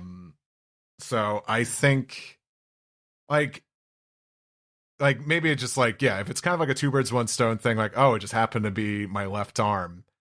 Like, I'm willing to accept that, but if it's kind of just like, oh yes, now it's like, not like, it's not too underhanded, but if Shank's like, this is the perfect time for me to lose my arm, when you could have cut it off at any moment. Yeah. People have taken their limbs off for far less in the One Piece universe. Like, this is not like Zeph's got a fucking word to have with you if he was like, oh, well, there's surely no reason I would ever want to remove a limb. Just for the hell of it. Kiros is staring daggers at you too. Mr. 3 had Zoro ready to cut his feet off. Like, Jesus. Yeah, like, quit being such a big baby about it, Shanks. I don't know. Well, the reason that I was thinking about it is that I'm torn. I mean, part of the reason I was mulling it over like all morning was because last night I had my monthly patron movie night. And the film that we watched was the 2025 remake of Snow White, which I went out of my way to not watch. I checked Letterboxd and I was wondering like what tailspin you were in that led to you watching that. What had gone? I should have messaged you. Should have been like, "Is like everything okay?" No, it was a little Christmas like special. It's like, all right, we're all gonna get through this together, and it just struck me how much everything is explained to the point where like everything has a utility. It's like our political system is based off of Stephen is walking away. Nice. Mark Merritt saying, "No, Stephen Paul, come back! Come on, Stephen Paul! Stephen Paul, come back! Come back!" But they explain everything with complete utility. It's like, oh, well, they make apple pies, and that's their only political system. Oh, Snow White had long hair, and apple pies are part of the plot line. They apparently a kingdom with prosperity means apple pies, like all the time. For apple fuck's sake, she just like baking apple pie. Apple pies are Marxism when you think about it. God, there's a backstory for the haircut. They're like, oh, well, the queen cut her hair off because clearly no one would choose to have short hair. That's why they do it. But like, that's what I was thinking about like all this morning. This is not a visual podcast, so you can't see me just like kind of motion with my hands, like pleading for Delaney, like for some sanity here. I need to stop. And it's happening. It's happening with One Piece too, and I guess it's not just like a One Piece fandom problem or just like a fandom problem. It's just it might be a people cultural find the problem. need, like, yeah, and we're living in an age where IPs are being restored, and like the legacy sequels where every little thing is actually super important. Like in Ghostbusters, what was something that was like the idolization of Ghostbusters, like the mythos of Ghostbusters. Where it's not like just actually, that, but Ghostbusters did a Luke's lightsaber thing or Hans Dice thing. I'm trying to remember what exactly it was. It was something that Egon had, and I'm like, that's just a bit in the movie. Wasn't it like a candy bar or like a Twinkie or some shit? Like, actually, the Twinkie means like there's a secret to the Twinkie. It's like, no, there's not. The Twinkie's a metaphor made by New Yorkers. You want to know what the nadir of this is? I watched recently 2025's Happy Gilmore 2, which like how did you find one worse than mine, Steven? Yeah, no, because every single line that people like from the first movie gets repeated in the second movie, like it's like quoting from the Bible. It is so self-referential, and it's nuts. It's a current. We're in a really dark period of just movie making and storytelling. Second screen cinema, where everything is utilitarian. Like it's after years of media critique where it's like, well, why would someone do that? That doesn't make any sense. Well, now we got to explain every single thing that happens in a plot. And I see shades of it here, like with the Shanks thing where it's like, well, actually, why would a guy with that much hockey ever lose against a fish? And it's like, I don't know, because there's a kid in the boat and he's got to save the kid in the boat. And that's it. It doesn't go deeper than that. You don't make smart decisions when you've got a fucking giant fish attacking a child. You just kind of do what you're doing. But I have also and had... also that's... Sorry, I'm cutting you off. Sorry, I'm just like, I'm saying like that's a better story than... It is.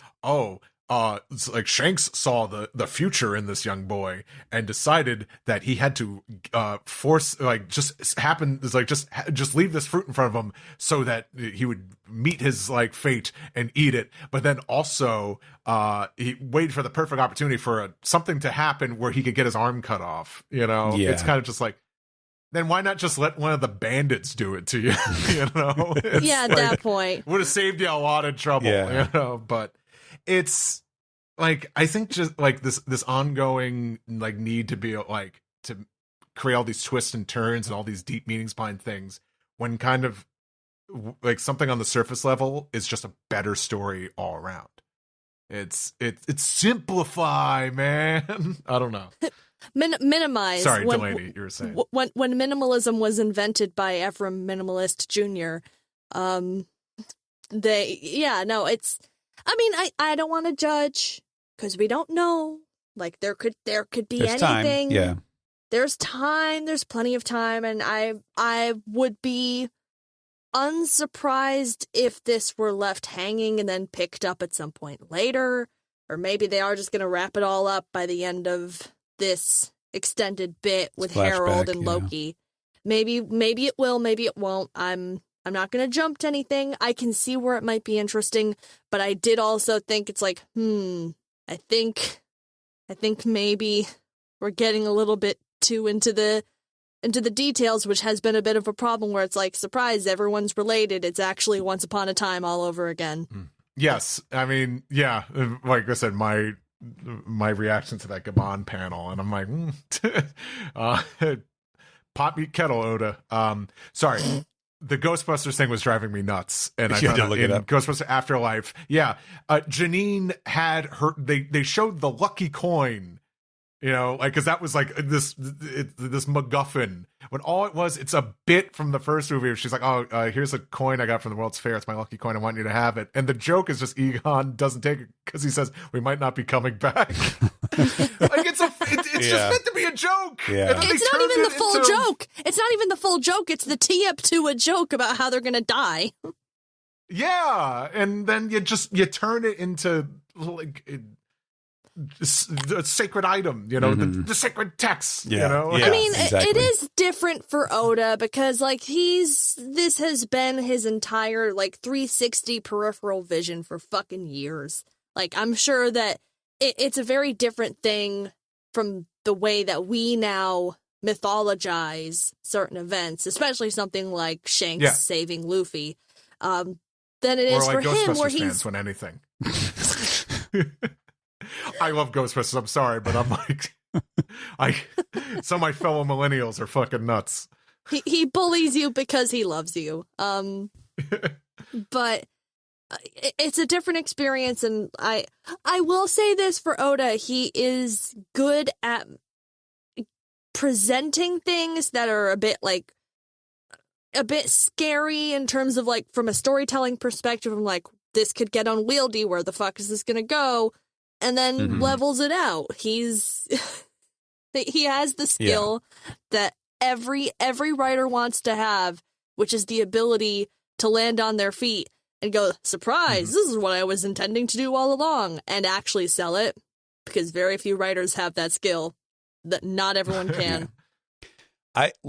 If we break this down, so like let's assume that this is all we get with Shanks, or maybe there'll be a little bit more in the throne room, but it's maybe not like Shanks's personal history is not really the important thing at this moment. We're telling the story of why Elbaf is the way it is right now, but here we have a scene where he's talking about the power of this mark and what it can do to you. He's there with Gabon, so he's telling Gabon, and it's crucial. It's central to what happened to Harold. So, like, if we get back to the present day, and then we're faced with Loki, and we're fighting against the Holy Knights, who again, same power that we're dealing with, and Gabon is present as well. I would not be surprised at all if, like we get a little moment where Gabon says something about like, yeah, this reminds me of another conversation I had with Shanks where, he's going, oh yeah, there's this weirdest thing, like it, I had to save this little kid and blah, blah, blah.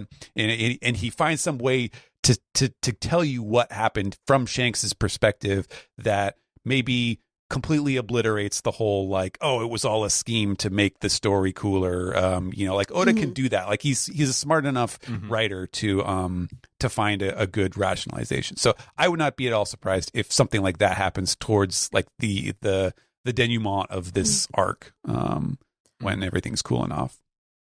I've been expecting, my line of thought just as a reader is that once we get to Laugh Tale, I'm thinking like, okay, I'm anticipating the Shanks bomb, which is like, okay, we're just going to kind of get like the perspective, like the last big flashback I would have to assume would be Shanks. There's no other, like this explains a lot about him, but he's still not the focus character. Technically, it's still Harold.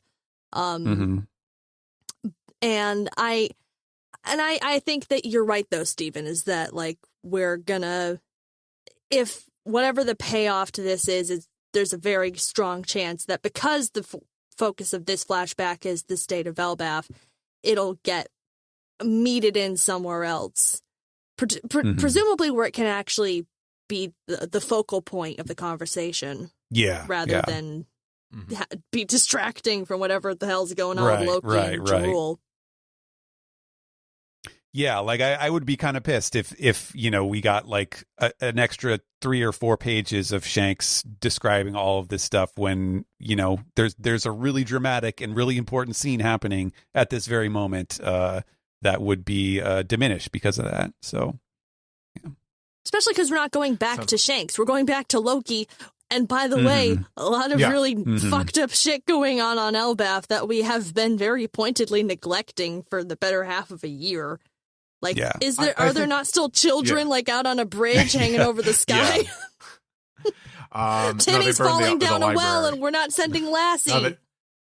They set the library on fire, so I guess that's not happening anymore. But I don't know. That happened in like what, May? Yeah. Yeah.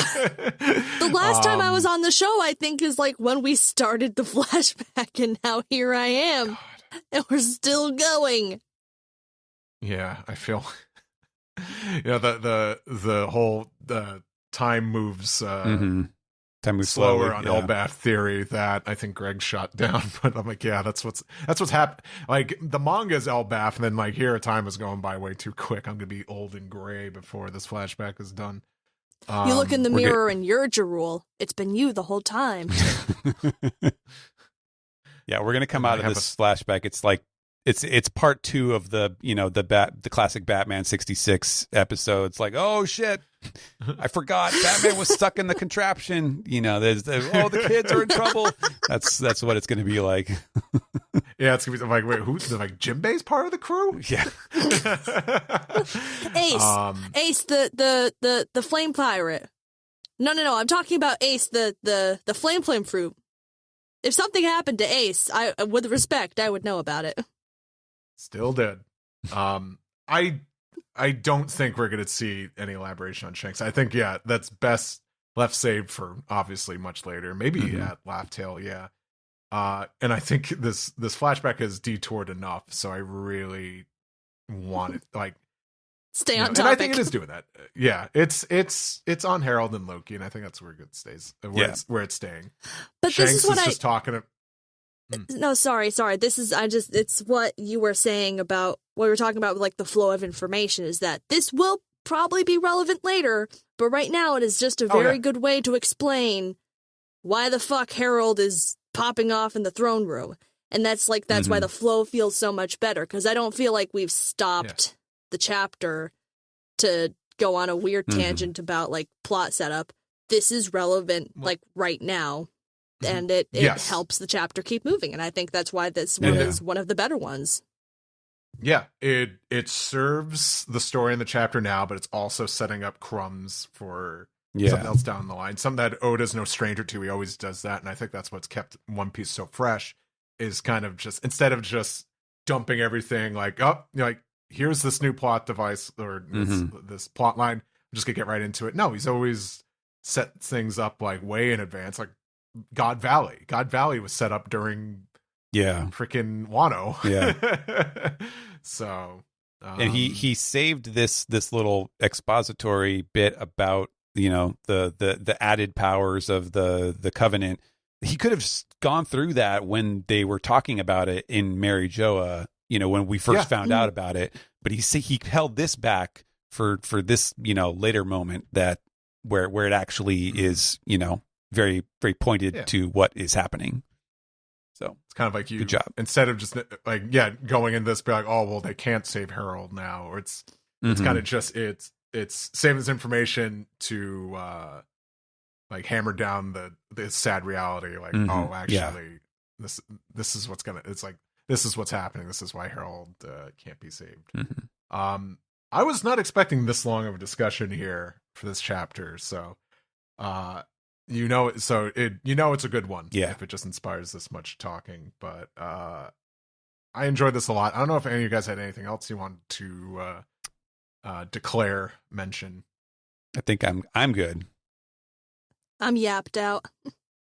Yep, I'm spent.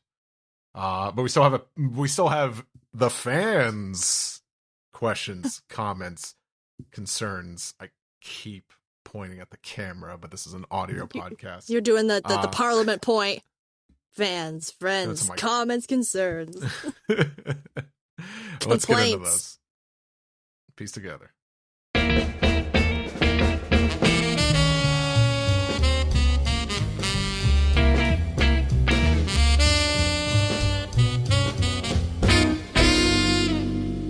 This is the Piece Together segment. We take your questions, comments, concerns, and leave a nice, warm fruit tart on the windowsill for you to eat.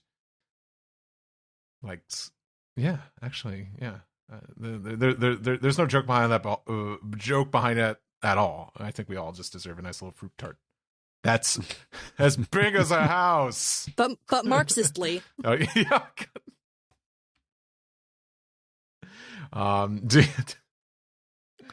Did Ripley bake an apple pie to put on the windowsill to serve as a symbol of Marxism? Mark their house as the Reds only. Oh boy. Okay, so anyway, we're gonna kick off this segment like we usually do, with a segment called Diss Piece.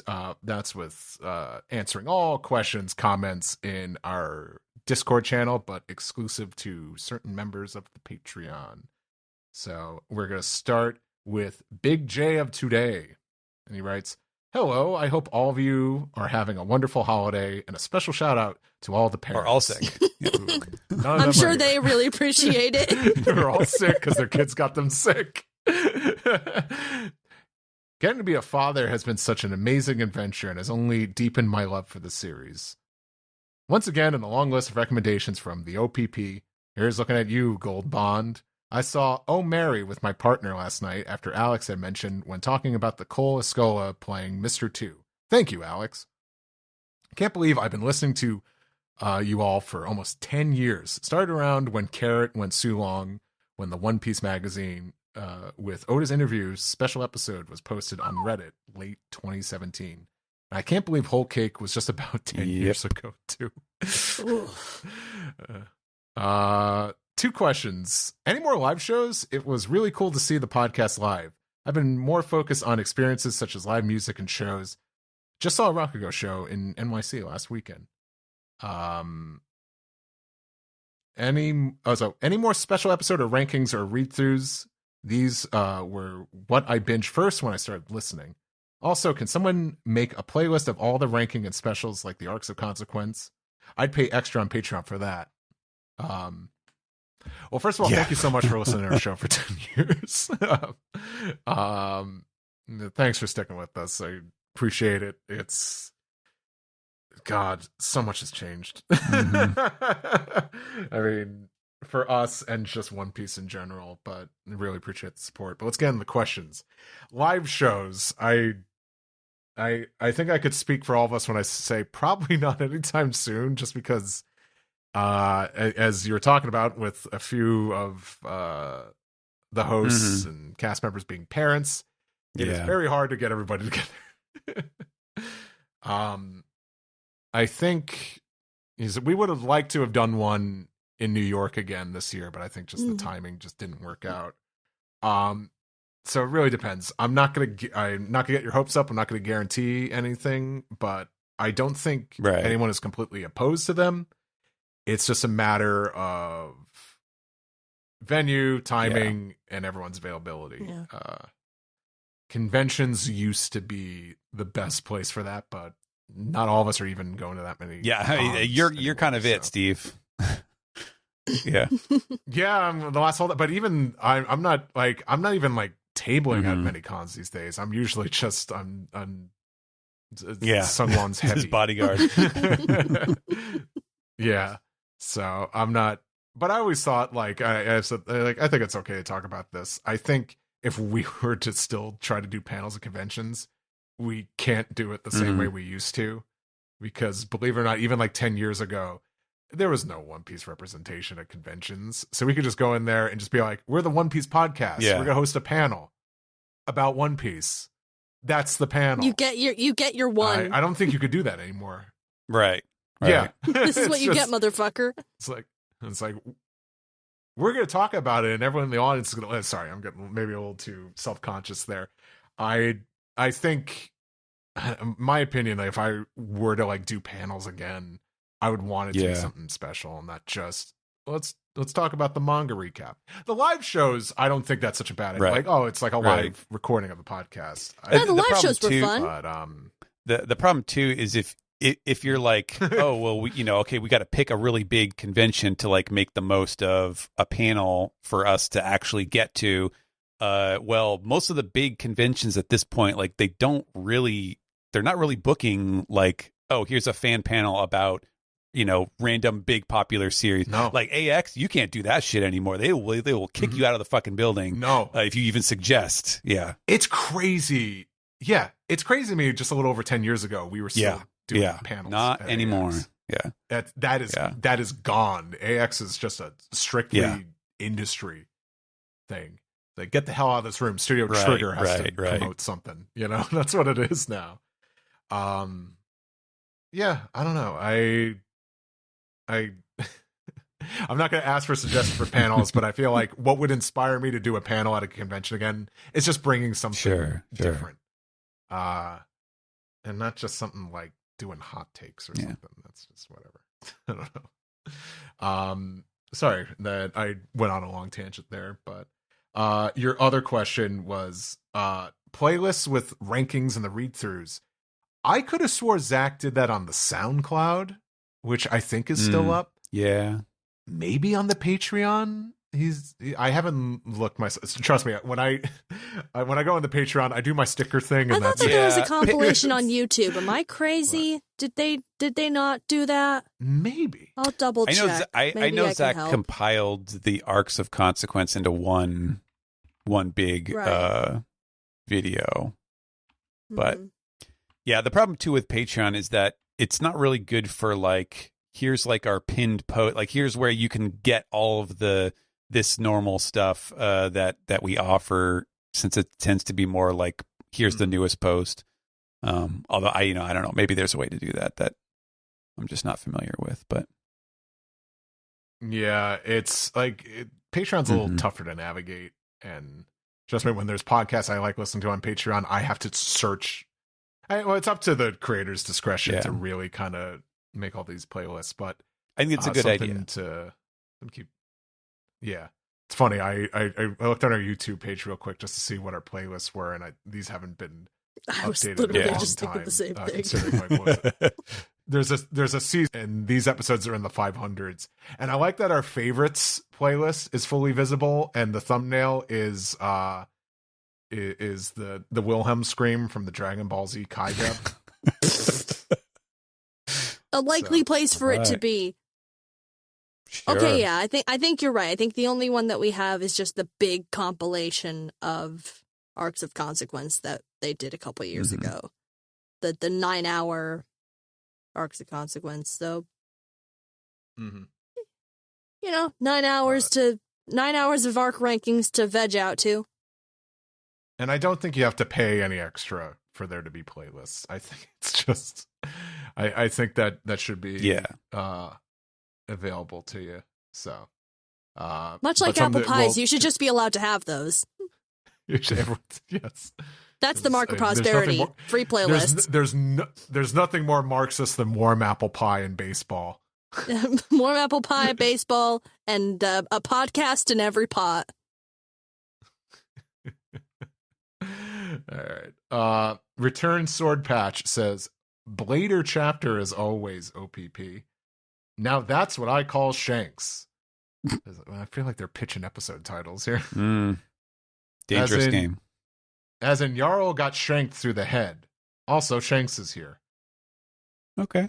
Anyway, how do we think Harold is going to go down? I gotta think that the reason Loki calls Shanks a coward in the present is because Red Hair is going to be the one to ultimately murder Harold, right?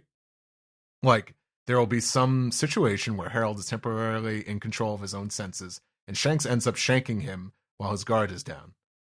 Taking out the Domid King is gonna take some teamwork, so I assume something has to happen to give Loki that cowardly impression even before he got captured. Yeah, this person is braver than I am for not phrasing it. How is the Domid King gonna go down?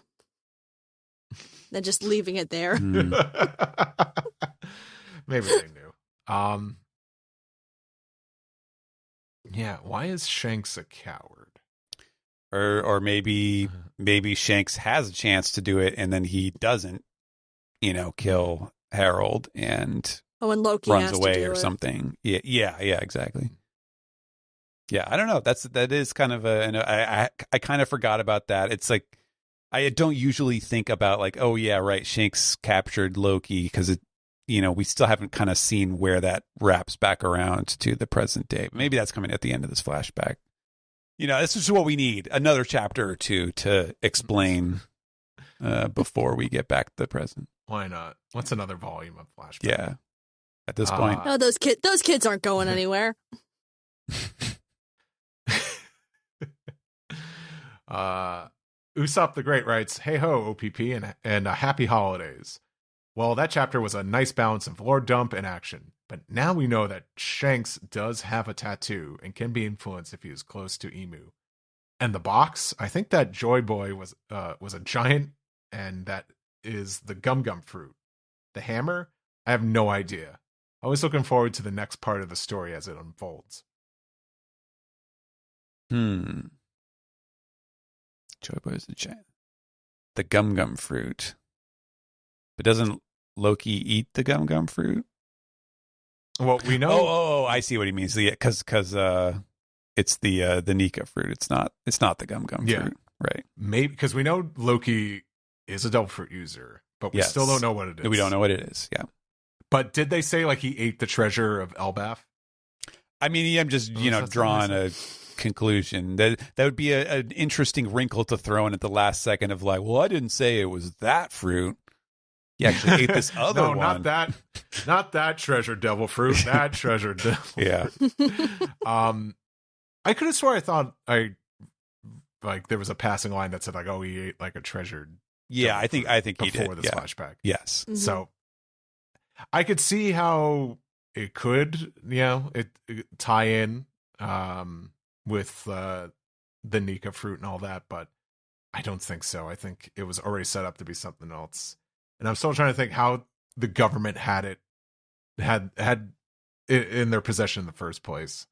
It'd be weird for Emu was able to manipulate Harold to bring it back to Mary Jo, and then they just hot potato it around or something. So I don't think it is. I think it's maybe something else. Sailor Karna writes, hey OPP, happy holidays. I hope everyone is on for this week's episode.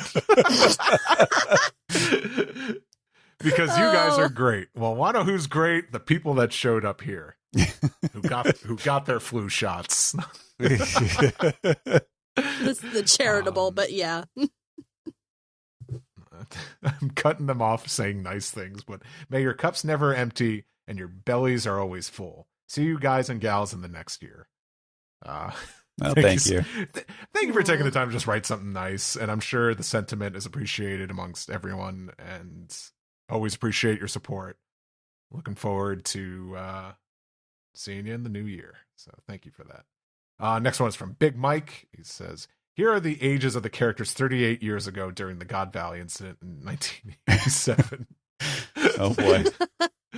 Garp is 40, Roger's 39, Edward Newgate is 34, Stussy is 38, Linlin is 30, Strusen is 54, Rayleigh is 40, and Shockey is 26, making their age gap 2 years more than Luffy and Hancock's. Wow. I didn't realize I didn't think, yeah. Also, currently that makes Shockey the same age as Japanese Prime Minister Sanae Takaichi and former U.S. President Barack Obama. Now the cynical members of Generation X, Kaido is 21, Dragon is 17, Big News Morgans is 15, Ivankov is 15, Ginny is 13, and Kuma is 9. And now the millennials, Teach is 2, Shanks and Shamrock are 1. Wow. When you put it in that context, it makes so much sense. It's easier for me to remember. I lie. I can't get over how is Shaki like Obama?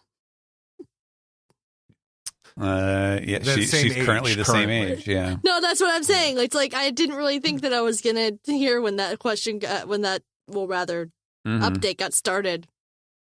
I was gonna hear about how Shaki's like the former president of the United States. Believe it or not, all those both pizza wolves.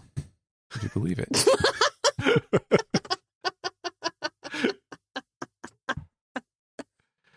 I just find it funny that Kaido and Dragon Kaido and Dragon being Gen Xers makes a lot of sense. Yeah, that tracks. Straw Hat Rigby writes, hey OPP, happy holidays. So something has been bugging me, and that's the Abyss Portal. If the portal has been there since Harold has received the higher contract tattoo, why the fuck hasn't Emu or the Holy Knights used it at all before now? We know the government Emu wants the Giants for their military might, and they have had this literal direct connection to the island for 14 years in story, obviously. We see in chapter 1168 the Abyss Portal on the ground. Usually I'm a wait-and-see type of person with questions like this, but it seems like such an immediate oversight that's just making me crazy. There just better be an insanely good reason in story why the portal was just left alone for so long until right now. We know that the Abyss Portal doesn't need someone on one end to summon people there, since Shamrock and Gunko appear in the castle at the beginning of the arc on their own, and the giant guards say, how did you get past us? Making it seem like there wasn't an inside person summoning them there. Summers even asks if they just traveled there on their own to visit Harold's grave, showing that they just went of their own accord with no one on Elbaf summoning them there. Just seems like a really big issue in the story, and I hope Oda delivers a very good reason for it all. Have a great holiday.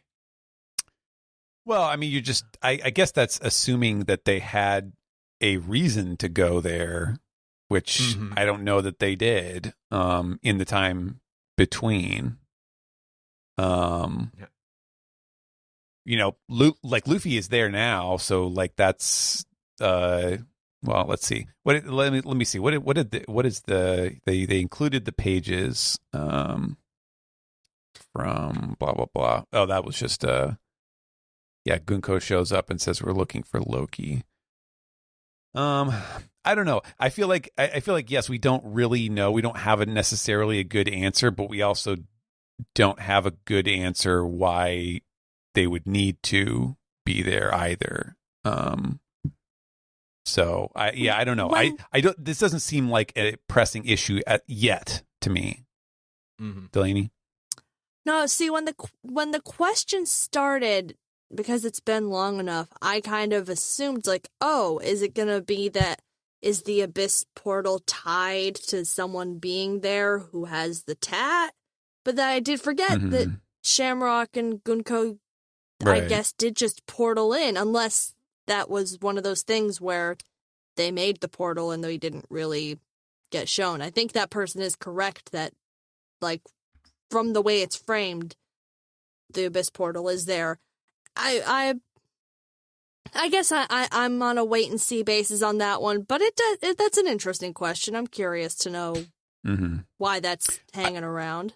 I do think that based on what we have seen Emu doing and not doing, it feels like they do not actively ever like physically leave the castle. Like we've never seen them going outside. They're only in the flower area or sitting on the throne.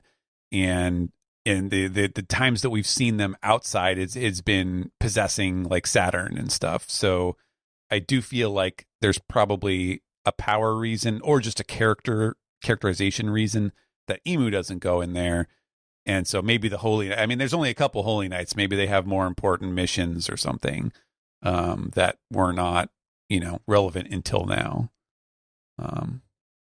So, yeah. Steve? All right. Yeah, I'm still here. Sorry, I had to respond to another message here on Discord, the thing that we use for this segment. It's annoying. And then our last is going to be from Prison Mike, who could be too late for questions. It's not. And this is directed at Steven, who's here. Hey.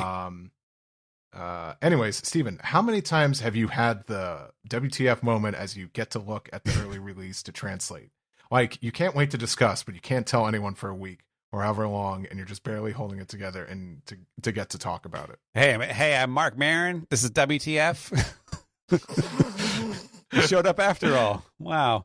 Oh my God, he's here. We've referenced Mark Maron 3 times, so he has to appear magically now on the podcast, right? That smell. It's cigarette smoke. It's Christmas Day and Mark Maron's here to podcast with us. I shall keep podcasting in my heart for always. I shall... Yeah, sorry. You there, young boy. Get the finest Zoom mic in town. Steven, please. I think Mark Maron was 30 during the God Valley incident, probably. Okay, how many times have I had the WTF moment as I get to look? Quite often, obviously. I'm a fan of the series, obviously, so I do get that. Like, whoa, this happened. Oh man. It is tough. It is the the private cross that I bear for being the guy who gets to see it early is like, I can't go shouting it from the rooftops, to anyone who will listen, what will happen. I think the most that I do, is if it's something that's super, kind of like what I did, a little bit like what I did at the end of the manga recap, where I was like, hey, watch out, like spoilers are going to be around. Sometimes if there is something where I'm like, oh, this is not the usual level of like spoilable material, like this is going to be a big thing. This is going to be something that people share everywhere. Like sometimes I'll let these guys know. Like I'm not going to say like what it is, but I'm just like, hey guys, just watch out this week because it's going to be crazy. Right.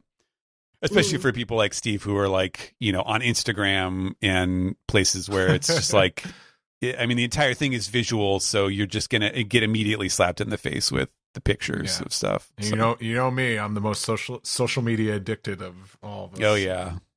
Get off the damn phone. The problem is, because because I don't really check Twitter that much, but then like the demons consumed me, and I was just browsing it the other day, and now Twitter just shows accounts that people are applying to them. Yeah, they changed that. That's annoying. And with Instagram, like I saw a minor spoiler just because it was promoting Threads, and Threads is like the biggest. Threads is so clickbaity. It's rough, but no, we always do appreciate those warnings, and you all there take heed, take warnings. There'd be spoilers about it. Anyway, I don't know. Enjoy your holiday, and if you don't celebrate Christmas, go to the movies or something. What are you doing? Or else you're going to get visited by the ghost of Stephen Paul, Stephen Present, and Stephen Future. Oh, I like that. That's good. That's good. Stephen Future. I think Stephen Pass is kind of like, oh, WTF.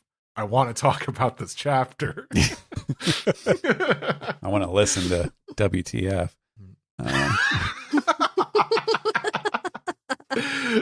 Surprise, it's actually a time loop, and I've been Mark Maron all along. That was cigarette smoke I smelled. That's gonna do it for this piece, but Steven, do we we got it. We have something else? We have a little handful of comments over on the subreddit Archipelago. That is reddit.com/r/One Piece podcast. First one from Amiibo Hunter. He says, "Hey OPP, this chapter was a ton of fun. I loved the God Valley flashback arc, but I am so excited to be back in Elbaf. What a brutal chapter. We got a dude's head getting crushed and 2 impalements on one page. On the cover, we see Ganzui, I think, eating grapes, and I noticed those grapes are gigantic in comparison to Stussy, who was right next to the grapes. Did Streusen make giant grapes for Ganzui? Wow, this is like a tongue twister. Or did the Rocks pirates find giant grapes somewhere along the way on their journey? These are the questions I must have answers to. Thank you, OPP, for everything you do every year for the fans. I hope everyone has a Merry Christmas and a wonderful holiday season and New Year, celebrating in whatever you see fit with people who bring you comfort and joy. I'm looking forward to another year of OPP. Oh, thank you. Thank you so much. Oh, yeah, those are definitely some monster grapes, for sure. Yeah, I don't know. Maybe that's just a God Valley export. A giant grape. You don't hear about them because you just think of the tragedy. God Valley Vineyards. Fruit of the Loki. Wow. Yeah, I like it. Taffy Lackey says, "Yo, OPP, man, it sure is a horrible day for Elbaf with the massacre in the castle. I feel the worst for all the family and friends of the guards. So many lost their sons, their dads, their brothers, and so on. It'd be reasonable for all of them to hate Loki given the available information. But even if they were given the full truth that Harold killed them all against his will because of the evil shadow ruler of the world, it'd be entirely reasonable for them to hate Harold for it. I'd hate Harold if I was in their shoes." Yeah, it's a bad situation. Very bad. And our third and final comment here is from Icefisher10, who says, "Felicitations, OPP. What an exciting Jump Festa to ring in the new year with anticipation. Could we be in store for a canon movie, perhaps?" Wow. You took that idea right from our intro. Regarding the manga, I want to point out that the yet to be released volume 114, which will contain these past 12 chapters, will be the first volume in One Piece history to not feature Luffy in a single panel, excluding all ancillary pages that aren't the actual story. Neat, right? Do you think he'll still make the cover, though? Wow, this was the question I was going to ask. That's nuts. I guess, yeah. So I guess Oden's flashback was like what, like 8 chapters in one volume and 8 chapters in another. So there would have been a little bit of Luffy on the outsides. Yeah. Wow. That is crazy. Yeah. Because that's the thing. Like, how could you put Luffy on the chapter unless they do like a Nolan Calgara thing where they're what a nice book, you know? Yeah. Because I feel like this feels like a thing where like you have to have Luffy on the cover, right? He's the main character, right? But there are a few that he's not on. That's true. Yeah, that's usually because it's focused on like the villains. It's a 2-part. Yeah. Or like when he did the Wano, the 3-part one where it was all the Straw Hats. So obviously he was only on one of the 3, but yeah, that's a good question. Yeah, because I'm looking at my shelf right now, and it's I think it's 4 for sure. I think this was a trivia question we got one time. Because I know it's 4, but yeah, I don't know if there's anything else on top yet. But and I can't get over that. These flashbacks are so dense. Yeah. But yeah, I wonder. I'm trying to think because what kind of context can you have him in there? Because Luffy, maybe it could be like something with Luffy with Loki. Yeah. But we'll see. But something to chew on. Thanks for writing in. It's a good question. Yeah. That's it for Reddit. Alrighty. Because that's gonna do it for Piece Together. If your death did not come to you soon enough yet, just hang in there, stay with us. We're gonna close out the show, and then you're free to do with your life as you wish. Yeah. All right.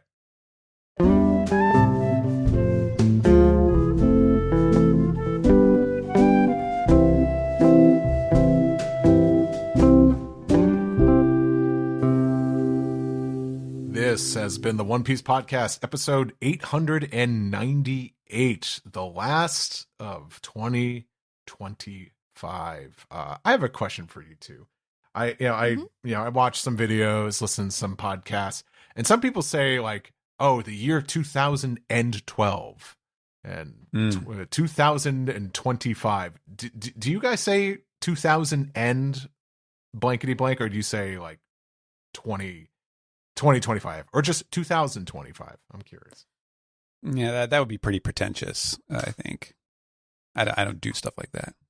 I like when people say 2025, but like as someone who has to say years frequently, like it's like I would be put it like, it's all well and good. It's like, welcome to the One Piece Podcast, year of 2025. And then you continue your sentence doing some other off the cuff shit. Writing that into a script is a dog shit decision, and I want you to want better for yourself. When I was a kid, at school, there was a family. Like I remember these brothers that had moved here from, it might have been like Saudi Arabia or something like that. And I have this very vivid memory where the teacher was asking like what the date was, like to test us or something. And this kid who clearly English was not his first language, but that he had said, whatever it was, the January, 17th, like 1993, which was just blew my mind that you could say the year that way when I was a kid like that. And that was a very, very vivid memory that you just pulled back for me. But which was pretentious, I would say? Just asking the question, or which? Yeah, he had a good excuse. I think he was doing the best with his knowledge. I think I was just I was just kind of curious because I've heard some people say that, and I'm like, how many people do say that? Is this what people want? Are we starting? Is this what we're doing for 2026? 2026? 2026.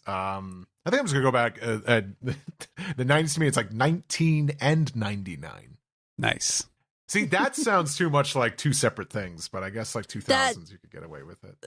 Yeah, that's a bit earlier in the century. It's like, it's glorious 19 and 99, and we're here watching the Hindenburg. Can you believe it? We're still here. Can you believe it? 19 and 35? What will they come up with next? But thank you both, Steven and Delaney, for hopping on and doing the show with me. Thank you to our fans for being patient and waiting for this late episode. I appreciate all like my other co-hosts, fellow guests who could not make it. But we had a really good manga recap for the last chapter of 2025. And a little bit of piece together, and we have some great stuff to look forward to in early. God, now I feel like every time I say the year, I feel like I'm emphasizing way too much on 2026. Yeah, no, it just sounds no. Now I'm like, oh, am I coming off too pretentious because I'm saying like the year the way I do? But in early 2026, or on January 4th, we're doing our episode 900 live stream. It's going to be a big day of podcasting and One Piece stuff. Stay tuned to our social media for further details on what we have in store and what we have scheduled. And obviously we'll have a manga recap as well. But yeah, I want you two to plug your stuff, let people know where you can find you. Steven, why don't you start? I'm on Blue Sky at stephenpaul.bsky.social.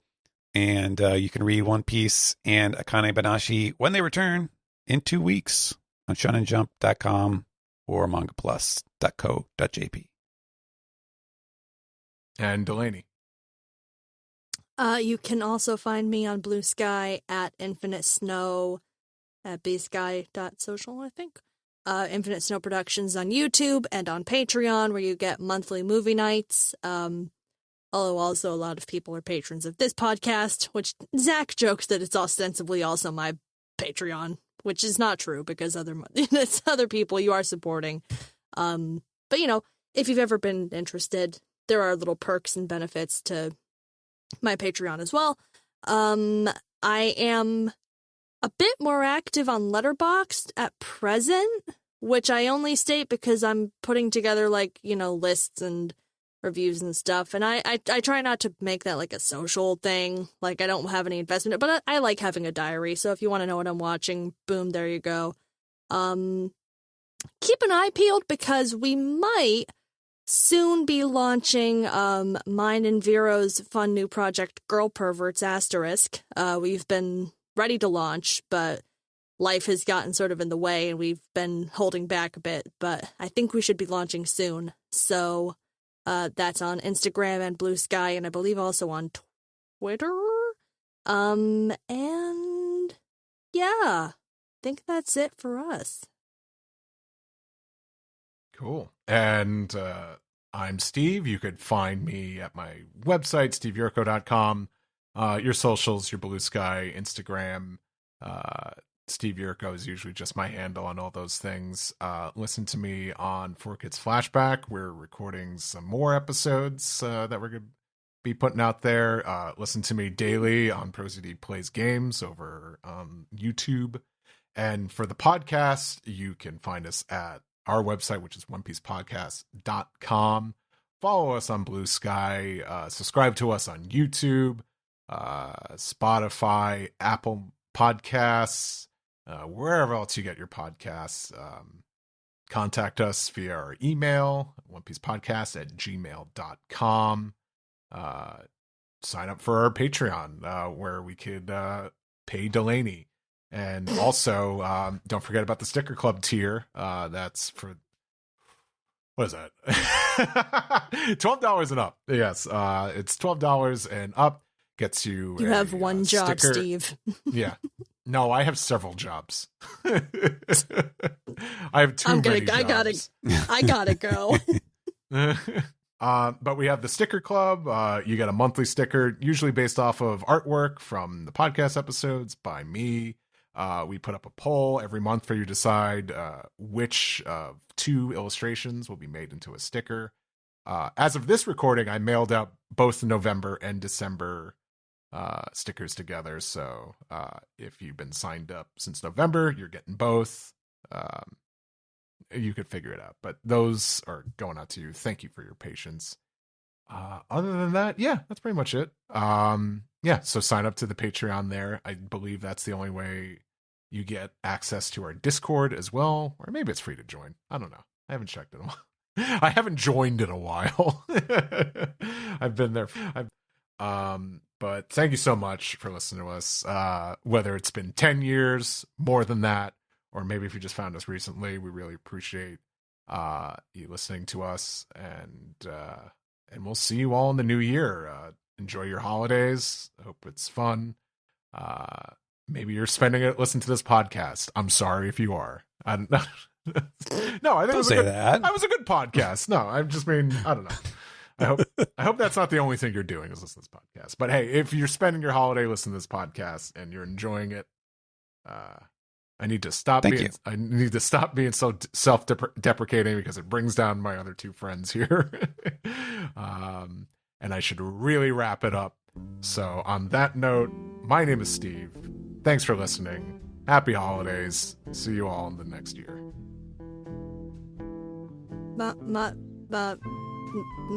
Maji? Gift of the Maji? That's the podcast. That's the podcast. Just stop it there. That's a show.